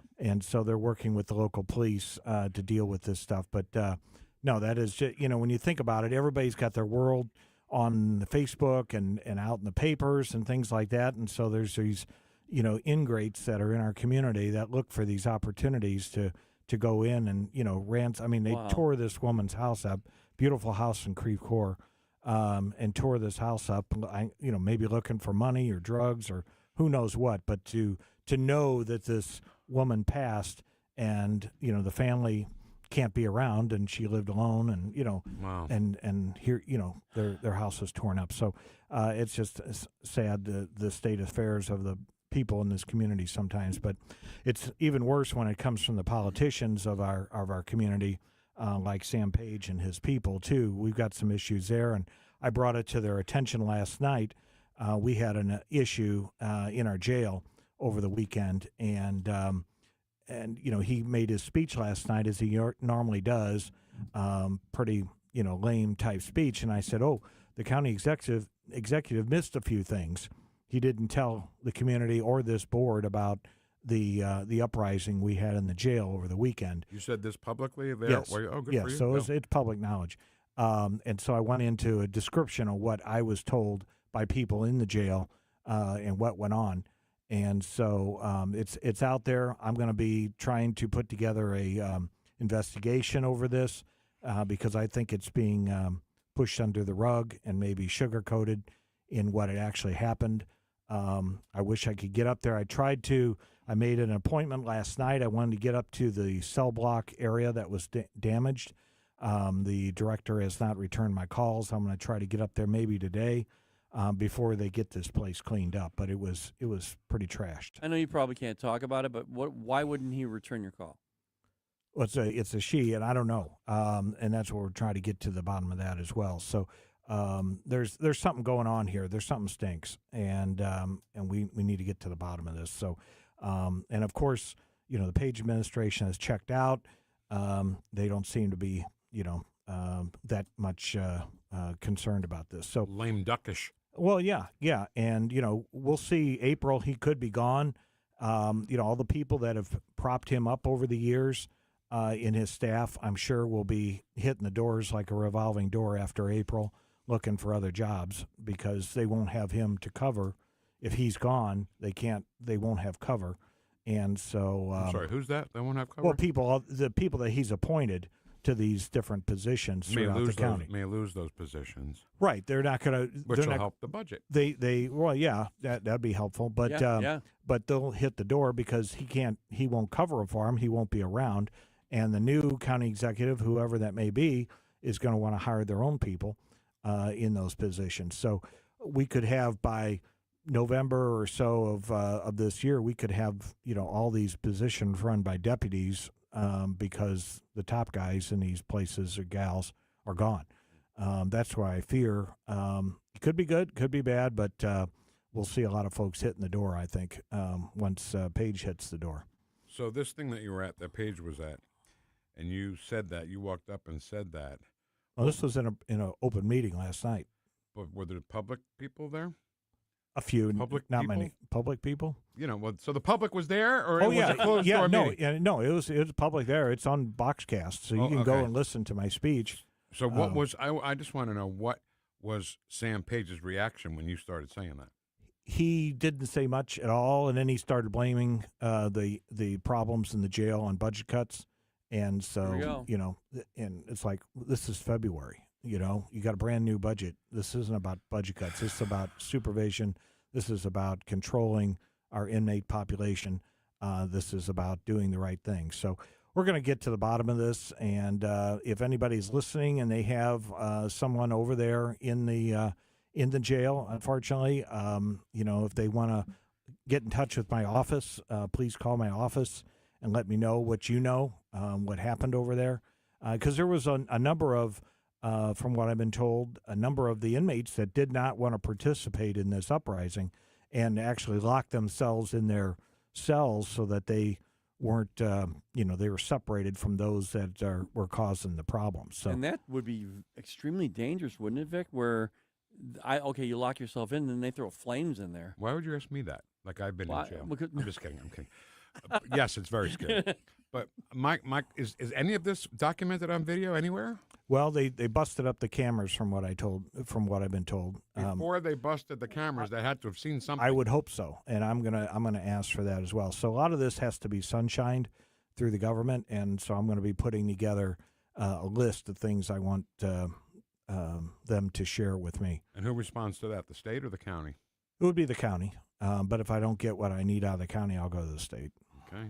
Got to keep going. You got to keep going, but no, it's just crazy. The stuff we got to deal with on a regular basis. Do we know injuries in that uprising? We've been told that nothing that's come out that was official, but so I've got two very good people in the jail that have seen the reports, saw the incident.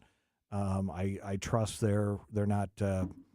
exaggerating, and so I'm hoping to get even more information as we move through this. Am I allowed to ask any questions about those people that you have? I could only say that there are 2 people that work there that have shared these things in confidence to me. So they're workers there. Yes. Okay. So we have to take what they say as truth, then, right? Because whenever you get a prisoner that's doing that stuff, you never know if what they're saying is true or not. Right. So No, this is these are longtime people that have worked there and seen multiple things happen over time.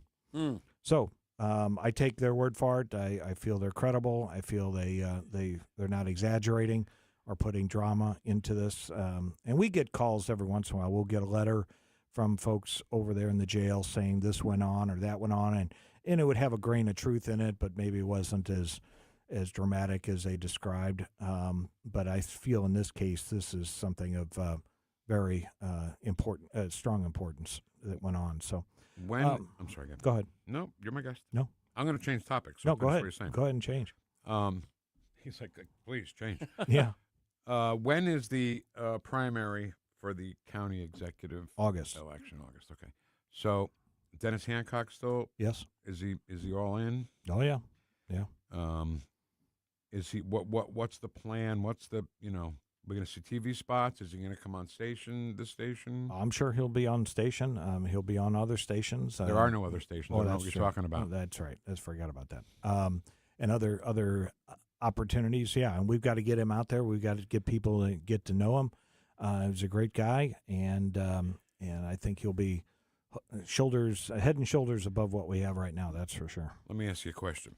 If I get 4 or 5 of my buddies, from my neighborhood together, and call Dennis Hancock and say, hey, we're going to have coffee at my house in my kitchen this Saturday. Will you come by? And He'll do it.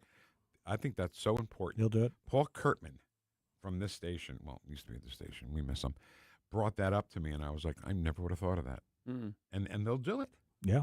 No, I think, the more the merrier, of course, but sure, if that's what people are interested in, want to ask the hard questions in a small setting instead of being in a big room full of people, sometimes that's the best way to get some word of mouth. Word of mouth. Those 10 good people followers. tell 100 people. So Right.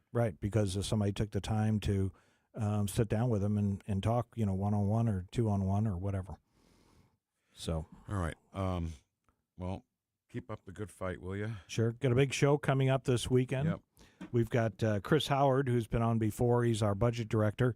He's going to talk about where we are so far this year and the problems we have going forward in the county. We're going to have Sam Hall, who is the head of the local president of the Realtors Association, talk about affordable housing and issues going on in the housing market. And then finally, we've got Rick Randall, who's been on before. He is the founder of Flags of Honor. And, every 5 years they do the flags on Art Hill, and they put it out for all the folks that have died or been involved in the War on Terror since 9/11. And so, we had him on last year, and now that we're getting close to them doing that again this year, he's going to be on today to talk about how they've put together the flags this year and the volunteers they need and the money they need to put this together. It's a huge thing if you've ever seen it, where they decorate all of Art Hill with thousands of flags, all perfectly aligned. Nothing better. Yeah. Yeah. So one of the first things we did as a station, we went out there. Love it. Yeah. All right. Sunday, 5 o'clock, The Insider with Mark Harder. Thank you so much. Keep up the good fight. Tell Thanks, Dennis we guys. said hello and come pay us a visit, for He God's will. sakes. All We'll right? get him here. Thanks, Mark Harder. See you guys. Marcosa. Tim and Chris are going to be live at the Missouri GOP State Lincoln Days in Springfield on February 20th. We'll broadcast live for all the festivities. That's happening at the Oasis Hotel and Convention Center in Springfield. Be sure you're there. Missouri State Lincoln Days 2025.ticketspice.com. Mama saying, Mama sa, Marcosa. Follow us on Rumble at NewstalkSTL. The Vic Porcelli Show. America is a nation that can be defined in a single word. I was in the foothills of the Himalayas with Xi Jinping. On NewstalkSTL. Woosh, woosh. News, analysis, opinion. You know, they're literally taking the Constitution and putting it in a paper shredder. News Talk STL. Missouri's premier boat show returns in 2026 as the St. Louis Boat and Fishing Show comes to America's Center the weekend of February 20th through the 22nd.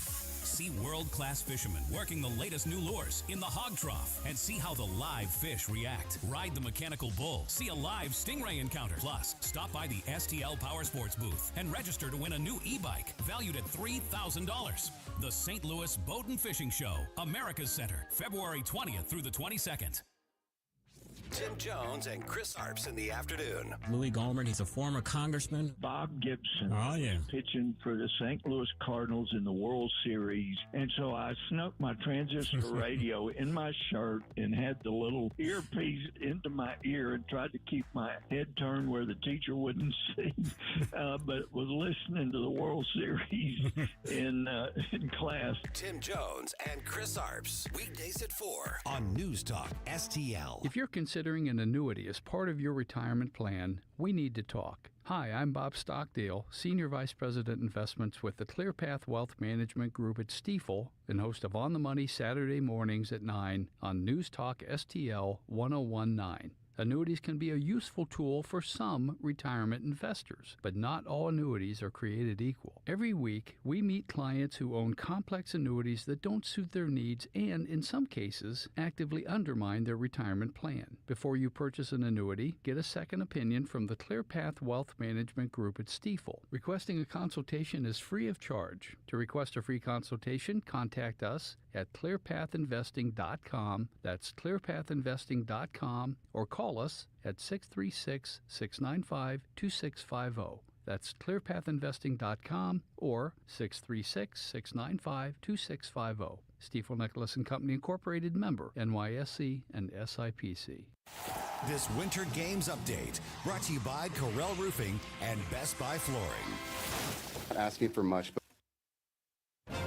Westwood One Sports presents this special update on the 2026 Winter Games. Team USA added to its hardware collection today 3 more medals so far, including gold in women's freestyle skiing moguls, won by 20-year-old Colorado native Liz Lemley in her Olympic debut. At the top of the course, I was just trying to focus on trusting myself. I've been working on that this whole season and trusting my skiing. And right when I pushed out of the gate, I just said, let's go. And then I went. Lemley's teammate Jalen Koff earned silver, her second, and Vermont's own Ryan Cochran-Siegel also went back-to-back. He won his second silver in the men's Super G final after earning it in the same event in Beijing 2022.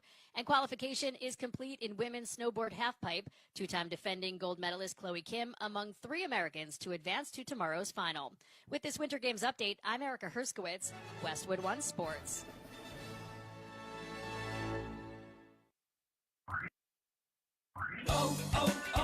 O'Reilly. Check engine, ABS, or maintenance light on? Take the guesswork out of your warning lights with O'Reilly Veriscan. The service is free and provides a report with solutions verified by ASE certified master technicians. And if you need help, we could recommend a shop for you. Ask for O'Reilly Veriscan today. O'Reilly Auto Parts. Kohl's gets it. Valentine's Day comes with expectations. Grand expectations, telepathic expectations, and heart-shaped everything expectations. Yes, even waffles. Kohl's has gifts that rise to the occasion. From romantic to playful, sparkly to sweet, or all of the above. Plus, get 15% off some of your finds. So go ahead, exceed those Valentine's Day expectations with Kohl's. Select styles, offer ends February 16th. Some exclusions apply. See store, kohls.com for details. Confused. News, analysis, opinion. I've got something to say and I can't hold it any longer. 1019 and 94.1. You won't hear the truth anywhere but here. Newstalk STL. Newstalk STL. Woosh, woosh.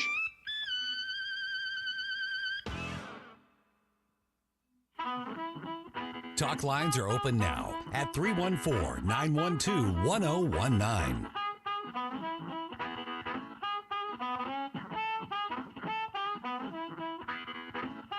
You're listening to the Vic Porcelli Show. Forget about it. Made in St. Louis for St. Louis. It's News Talk STL.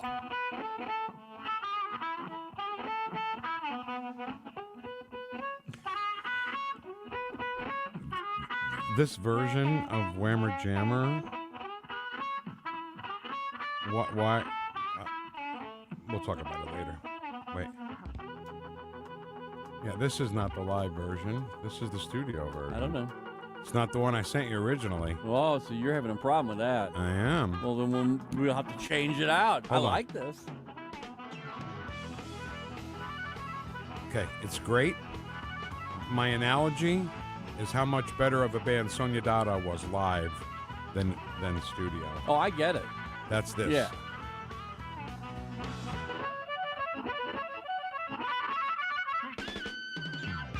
Yeah, we need to Okay. fix that. Because, Peter Wolf of the Jay Giles Band is still touring with a new band. Nowhere near here, just the East Coast. Everybody that knows who the Jay Giles Band is, I guess. Yeah, this is great. Live version's greater. Yeah. More good. Why did we change that? No, let's not go there right now. Why, you don't like the version? No, we'll change. We'll change it out. That's fine. So much the live one's so much more exciting. I'm so sorry, Ken. All right, get rid of it now. I don't like it. No, I'm kidding. I just wanted to get rid of it because it's time for Looney Tunes.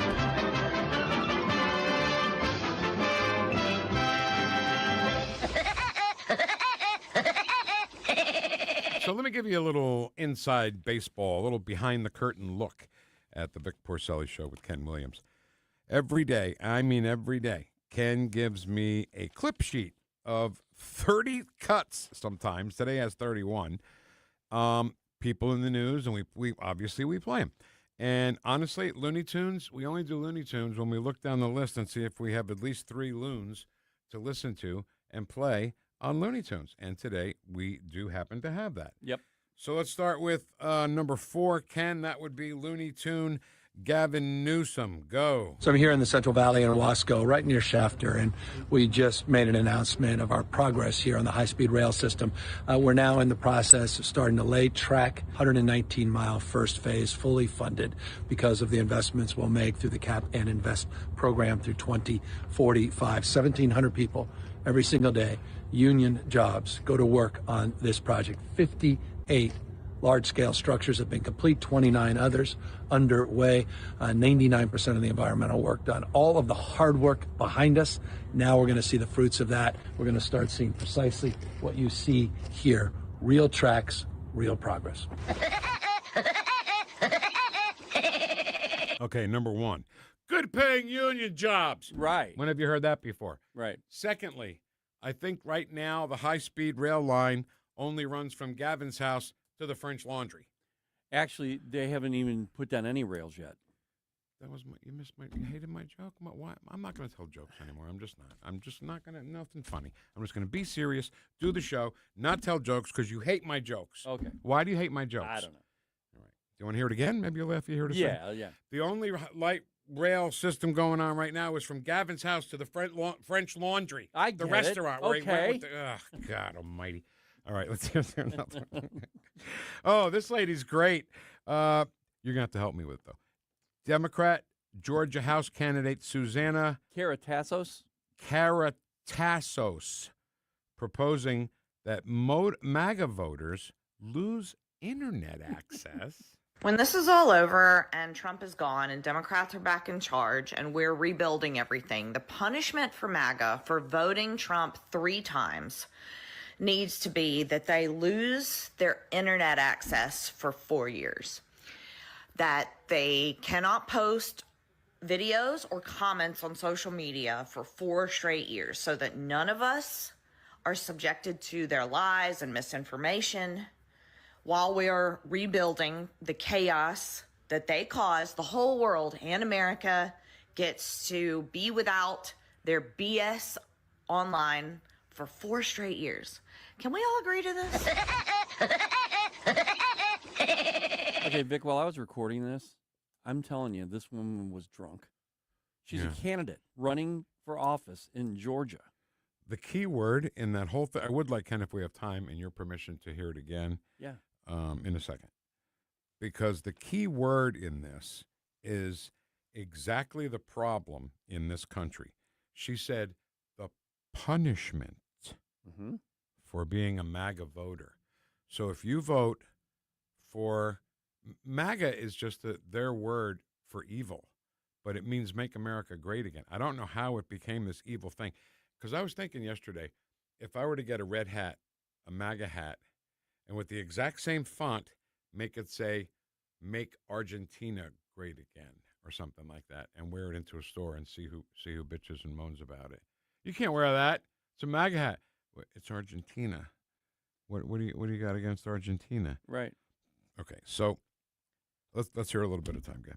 When this is all over and Trump is gone and Democrats are back in charge and we're rebuilding everything. Stop.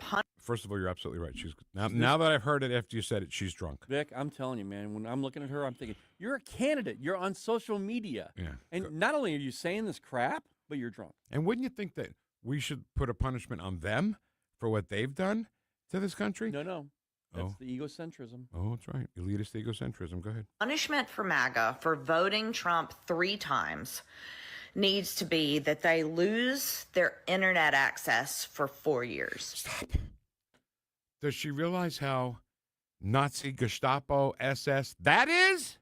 How fascist that is? I can't even believe that someone would even jokingly suggest that. I can't believe her staff let her say that. After we're back in power, see, Vic, our show, this is what we've said from the very beginning. If the Democrat Party, Socialist Party gets back in charge now, we're not playing the same game we played for the last 250 years. This is a new thing now. They are going to indict, impeach, just charge anybody that they possibly can and get nothing done for the American people. I want to know who on our side responded to this lady, because who is she to say that we need to be punished? Because I voted for Donald Trump 3 times. Right. What's my punishment? Punishment? Do you know how unconstitutional that is, what you're saying? Punishment? Well, I know somebody else, and we say don't compare things to Nazism, but Adolf Hitler punished people for thinking a certain way. Exactly right. That's the fascism we're talking about here. And I'm not saying, we can't say it because we're not doing that. They're doing that. And they're accusing us of putting. All right, I'm done. Ed Stoit? Let's do one. Let's do one more. Let's do number 21. You want to finish with her or not? No, I want to do, because we can't leave out Hakeem Jeffries. Number 21. Good. Donald Trump and Republicans have failed. They failed on the economy. They failed on health care. They're failing on immigration enforcement. They failed to address the challenges of the American people, and certainly address them in a way that is consistent with who we are as we celebrate our 250th birthday. And so we have adopted an all-hands-on-deck approach in terms of making sure that it's the American people who are the ones who decide who controls Congress in the aftermath of the November midterm elections, not Donald Trump and his extreme sycophants. You better watch how you talk when you talk about me. Not you either. We did. I can't. Let's go. Done. All the time we have for Looney Tunes.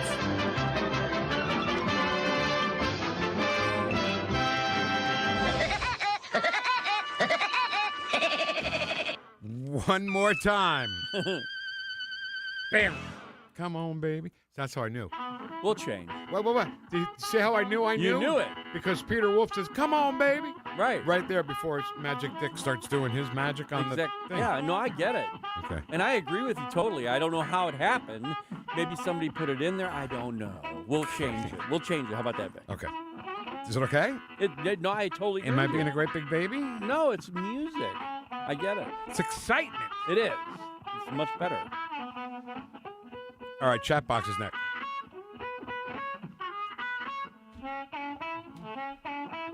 Come on, baby. Stream the Vic Porcelli Show at NewstalkSTL. You're listening to the Vic Porcelli Show. By the way, it used to make beer brewed here. It is used to make the brew beer in this refinery. Oh, Earth Rider, thanks for the Great Lakes. Made in St. Louis for St. Louis. It's News Talk STL.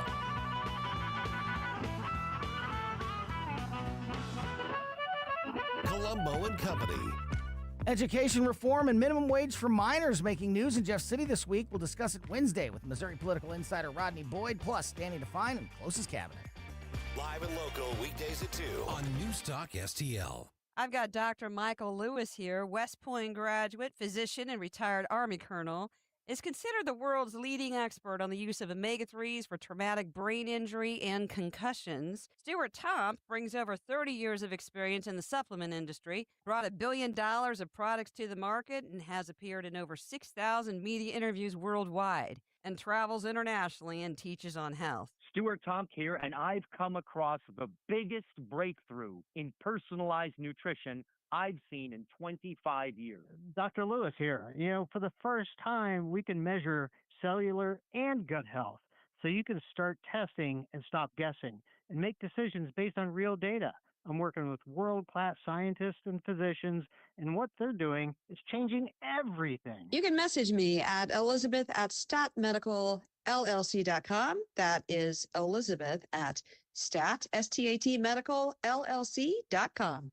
I'm Dr. TJ, owner of the Institute of Natural Health, co-owner of Optimal Nutraceuticals, and the host of Wellness One. Wellness One is designed to cut through the nonsense and provide you common-sense science-based information regarding health and wellness. On the show, we discuss topics like thyroid health, gut health, hormone optimization, and many others. Our show airs Saturdays at 10 a.m. and 2 p.m. and Sundays at 11 a.m. and 3 p.m. right here on NewstalkSTL. And you can visit us at inhstl.com. That's inhstl.com. Honey, he says we're in legal trouble and we're going to lose our retirement. We have to get to a crypto ATM now. This can't be right. It's not right. I'm Attorney General Catherine Hanaway. We've received reports of devastating new scams involving crypto ATMs. Let's report this. We're here to help. Report suspected fraud at 800-392-8222 or visit ago.mo.gov. Sponsored by the Missouri Attorney General's Office.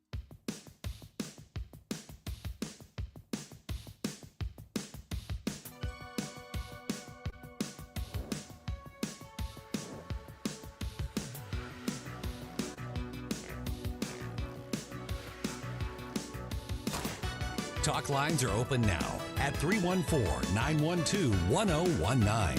Vic and Ken. Vic has great hair. Ken has great, baseball caps? The Vic Porcelli Show on 101.9 and 94.1 News Talk STL. Ken Williams, everybody. Take a bow, Kenny. Thanks, Zach. All right, let's do the chat box and get the heck out of here. Make some room for the 3-martini lunch with Jamie Allman. Barbara says, GMFFEH, that's good morning, freedom fighting. Big heads, whoosh, whoosh. Would it kill you to hit the like button? Getting everything in one. Whoosh, whoosh. Scooter's in the box. He says, question for Ken. Was slavery more common sense in the South? Is that really what you're trying to ask, Scooter? Common sense in the South? What the hell is he talking about? The Southern Democrats are the ones who did it. It's the Democrat. Scooter, back then it was just the Democrats who wanted slavery. That's it.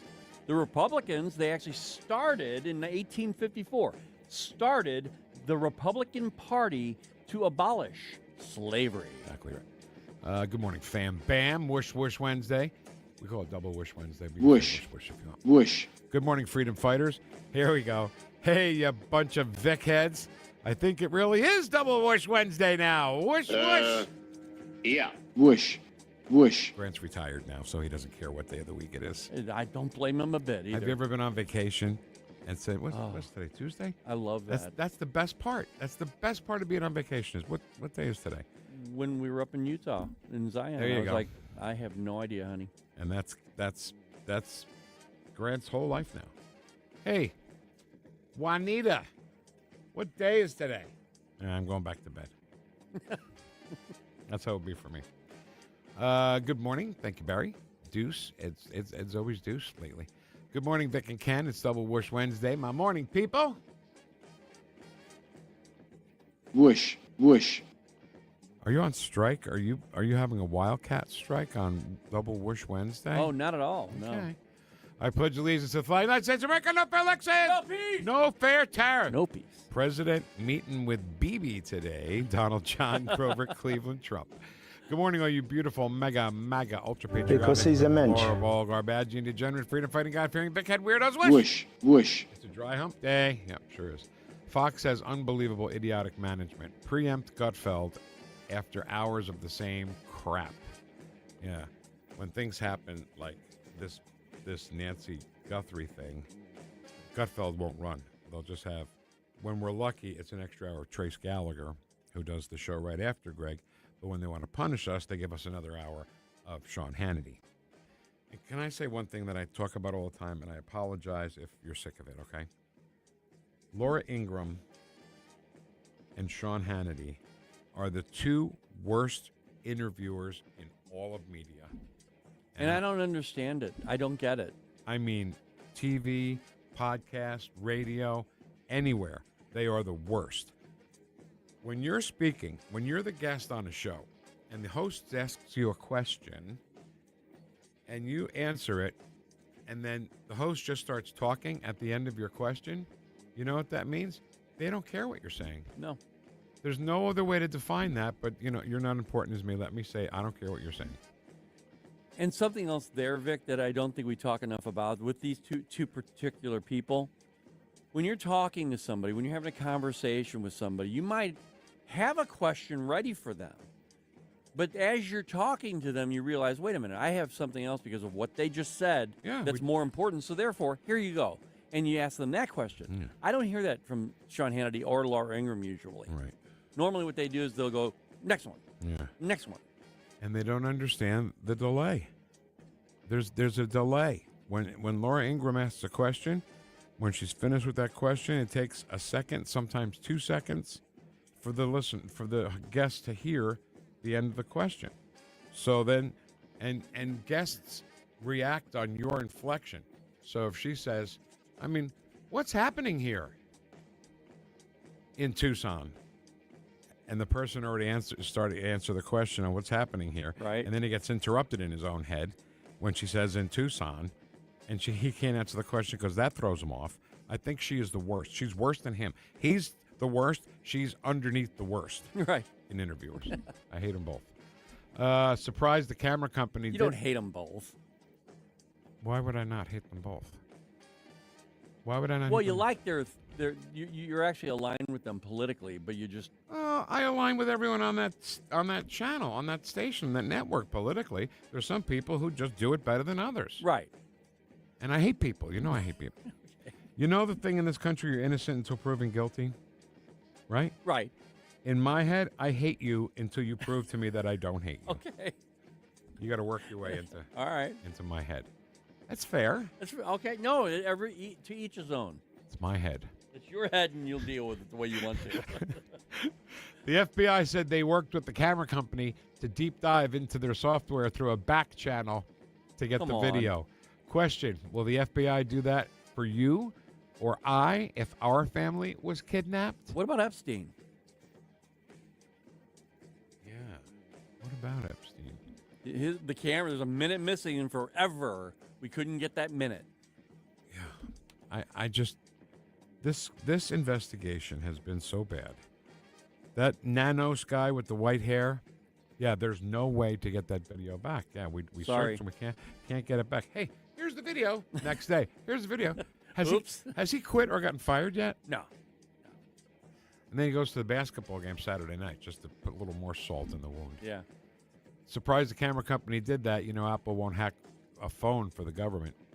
Oh, here's instructions. Do you ever get a table or a chair that you got to put together, and then you get the instructions, and it says put A into B and B into C? Oh, yeah. So here's the instructions for today. Finger. Like button. Tap it. It won't kill you. It won't kill you. That's what it says. Does not blow up. It says it right in here in the instructions. It will not kill you. Hi, Vic. Hi, Ken. Morning, Freedom Fighters. That is our lovely friend, Allison Schottenham. Hey, How you doing? Breaking news, Department of War takes out Mexican cartel drones that breached the border. That's what shut down the El Paso airport. Okay. We didn't talk about that. You talked about that before the show with me. There's your answer. Cartel. So there were threats? Yes. In our airspace. Let me read it again.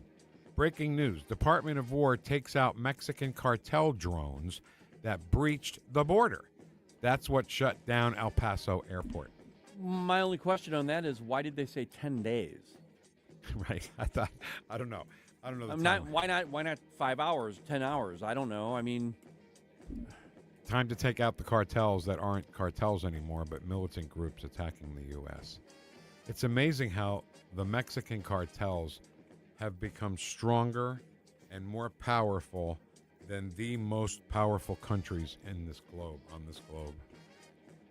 yeah, and I would think that if they were actually sending drones across our border, that's a pretty good indication that we should go to war with them and finish this whole thing off. How do you declare war on a group? That's not a country. Oh, I think they already labeled them a terrorist organization. I get it. That's the reason they did that, Vic, is So to be able to. Are you declaring war on Mexico? No. Okay. What you're doing though, I think we're not supposed to know a lot of what's going on right Yeah. now. I believe this is part of it. Yeah. I think right now they're saying, okay, here's what happened.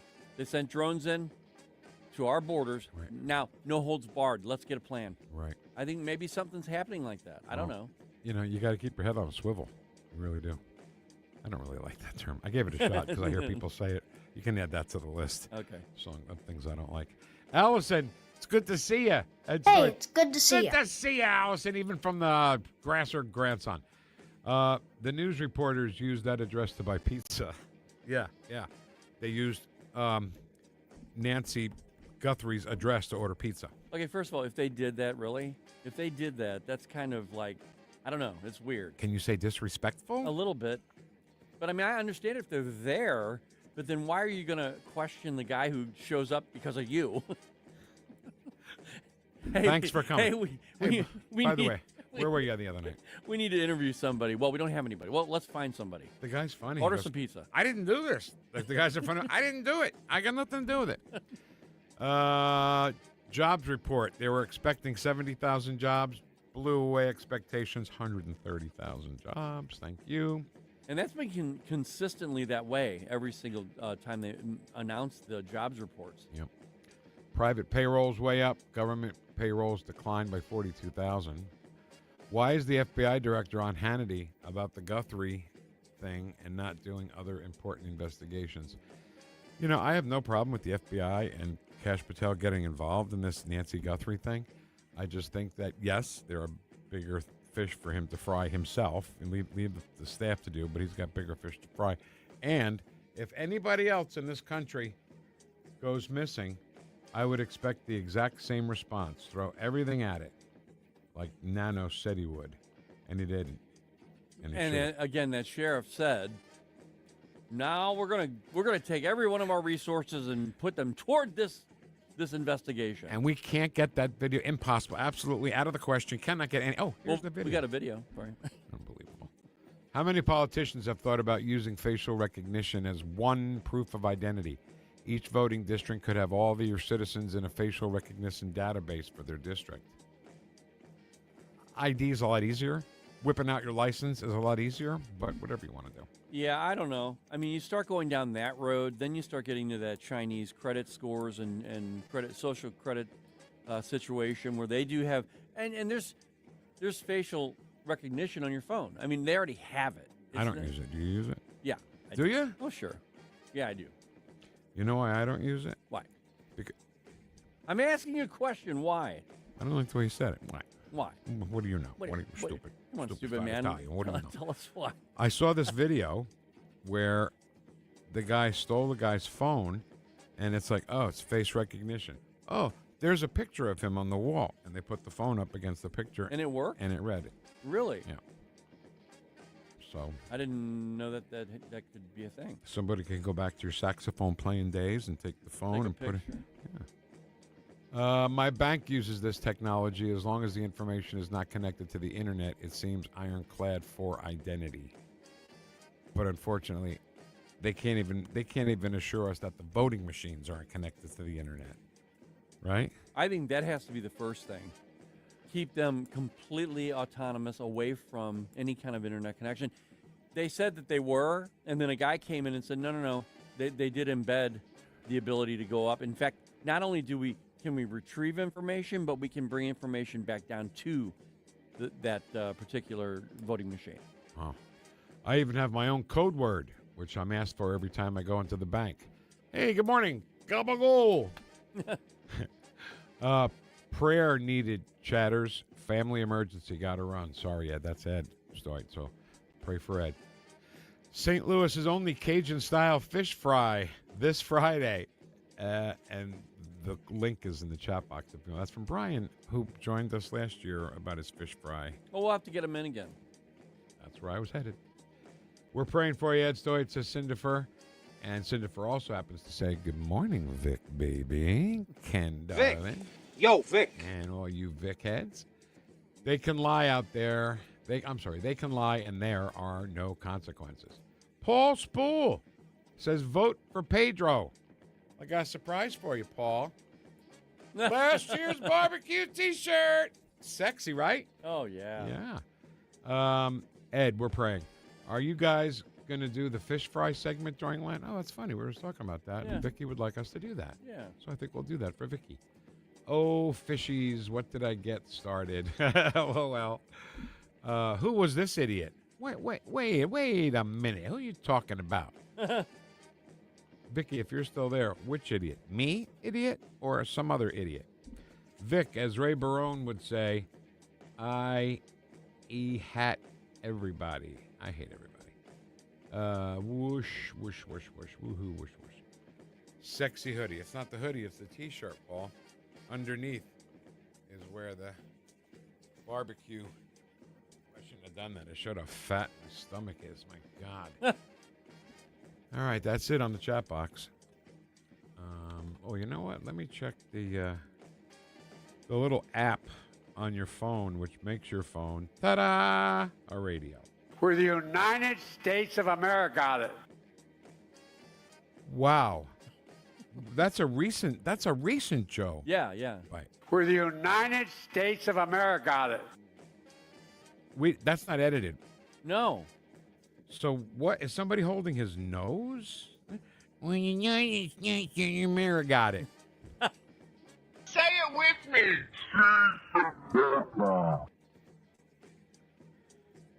Let's play it one more time. Jill DeBeast? No. Joe DeBeast. Where the United States of America. As you're saying, United of me. When the United States of America got it. We do have a couple of comments on the chat. Oh, the person for punishing us for voting MAGA. You're right, Vicky. Thank you. I remember watching Kelly Tripucka in the Olympics. I'm pretty sure maybe 76. No, he was still in high school in 76. It might have been 80. No, we didn't go in 80. Maybe 84 in Los Angeles. And Susie also says, love Bill Eigel. Who doesn't? That was a great, fun conversation we had with Bill Eigel. It really was. We're going to get him back in here to do that again. That's going to be fun. And they got a little wrestling match set up. We're involved in one of them. Yes. So that'll be fun. Yeah, we'll give you all the details on that coming up. Nothing to report. 3 hours. Nothing to report on Nancy Guthrie. No, but we'll keep you updated with Jamie's show, Tony, and then Vic or Chris and Tim. I'm not doing 2 shows a day. No way. I mean, I would if they wanted me to. Anything to keep my job, you know? Right. Thank you so much for having the record player on at night to listen to us this morning. It didn't work. Oh, here we go. Make sure you have the record player on at night. When the United States of America got it. Wow. Where the United States of America. United States of America got it. The nasally thing went right away. Jamie's next to everybody. Tony Colombo here for Gutter Pros and Exteriors, your all-in-one service team that brings years of experience and quality that's affordable right to your doorstep. Christine and I discovered Gutter Pros and Exteriors when we bought our home and inherited a gutter problem. And they've also repaired siding damage on our home because along with gutter repair, gutter installation, and leaf protection, the Gutter Pros team are also the best for repairing other exterior damage, including fascia, soffit, and all siding repair and installation. Learn about all the ways Gutter Pros and Exteriors can help your home or business right now at gutterpros.com. Hey, it's Susie Moore. If new flooring makes you think hassle, think again, because Michael's Flooring is changing the game. For over 30 years, Michael's has been locally owned and trusted for quality, variety, and amazing service.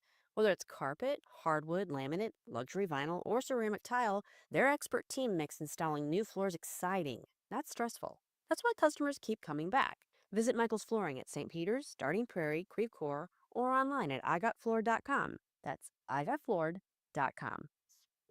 NewstalkSTL is proud to have Doug Voss of Safe Bunny Radio as part of our lineup each week. Doug has been a staple on the St. Louis radio airways for many years as one of the leading financial experts in the area. You can now hear Doug and Safe Bunny Radio every weekend on NewstalkSTL. But in case you miss anything, you can check it all out at DougVossSafeBunnyRadio.com. What else do our listeners need to know, Doug? Simply put, I focus on helping pre-retirees and retirees build, preserve, and protect retirement assets, and I've been helping my clients solve their insurance and financial needs for the past 33 years. I also strive to educate my clients on how to prepare for retirement, minimize the impact of market volatility on their assets, and deal with the challenges of increased longevity. Call me today at 844-676-SAFE. That's 844-676-7233. Doug Voss is a registered representative. Securities offered through DHL Securities, LLLP. Member FINRA and SIPC.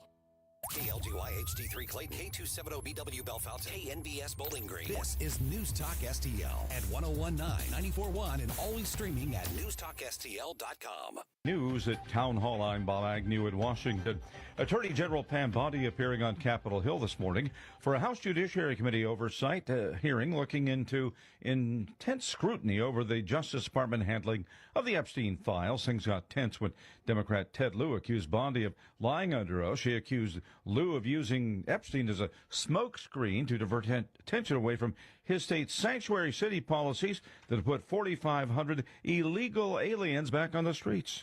The crimes of these aliens include 31 homicides, 661 assaults, 574 burglaries, 184 robberies, 1,489 dangerous drug offenses, 379 weapons offenses, and 200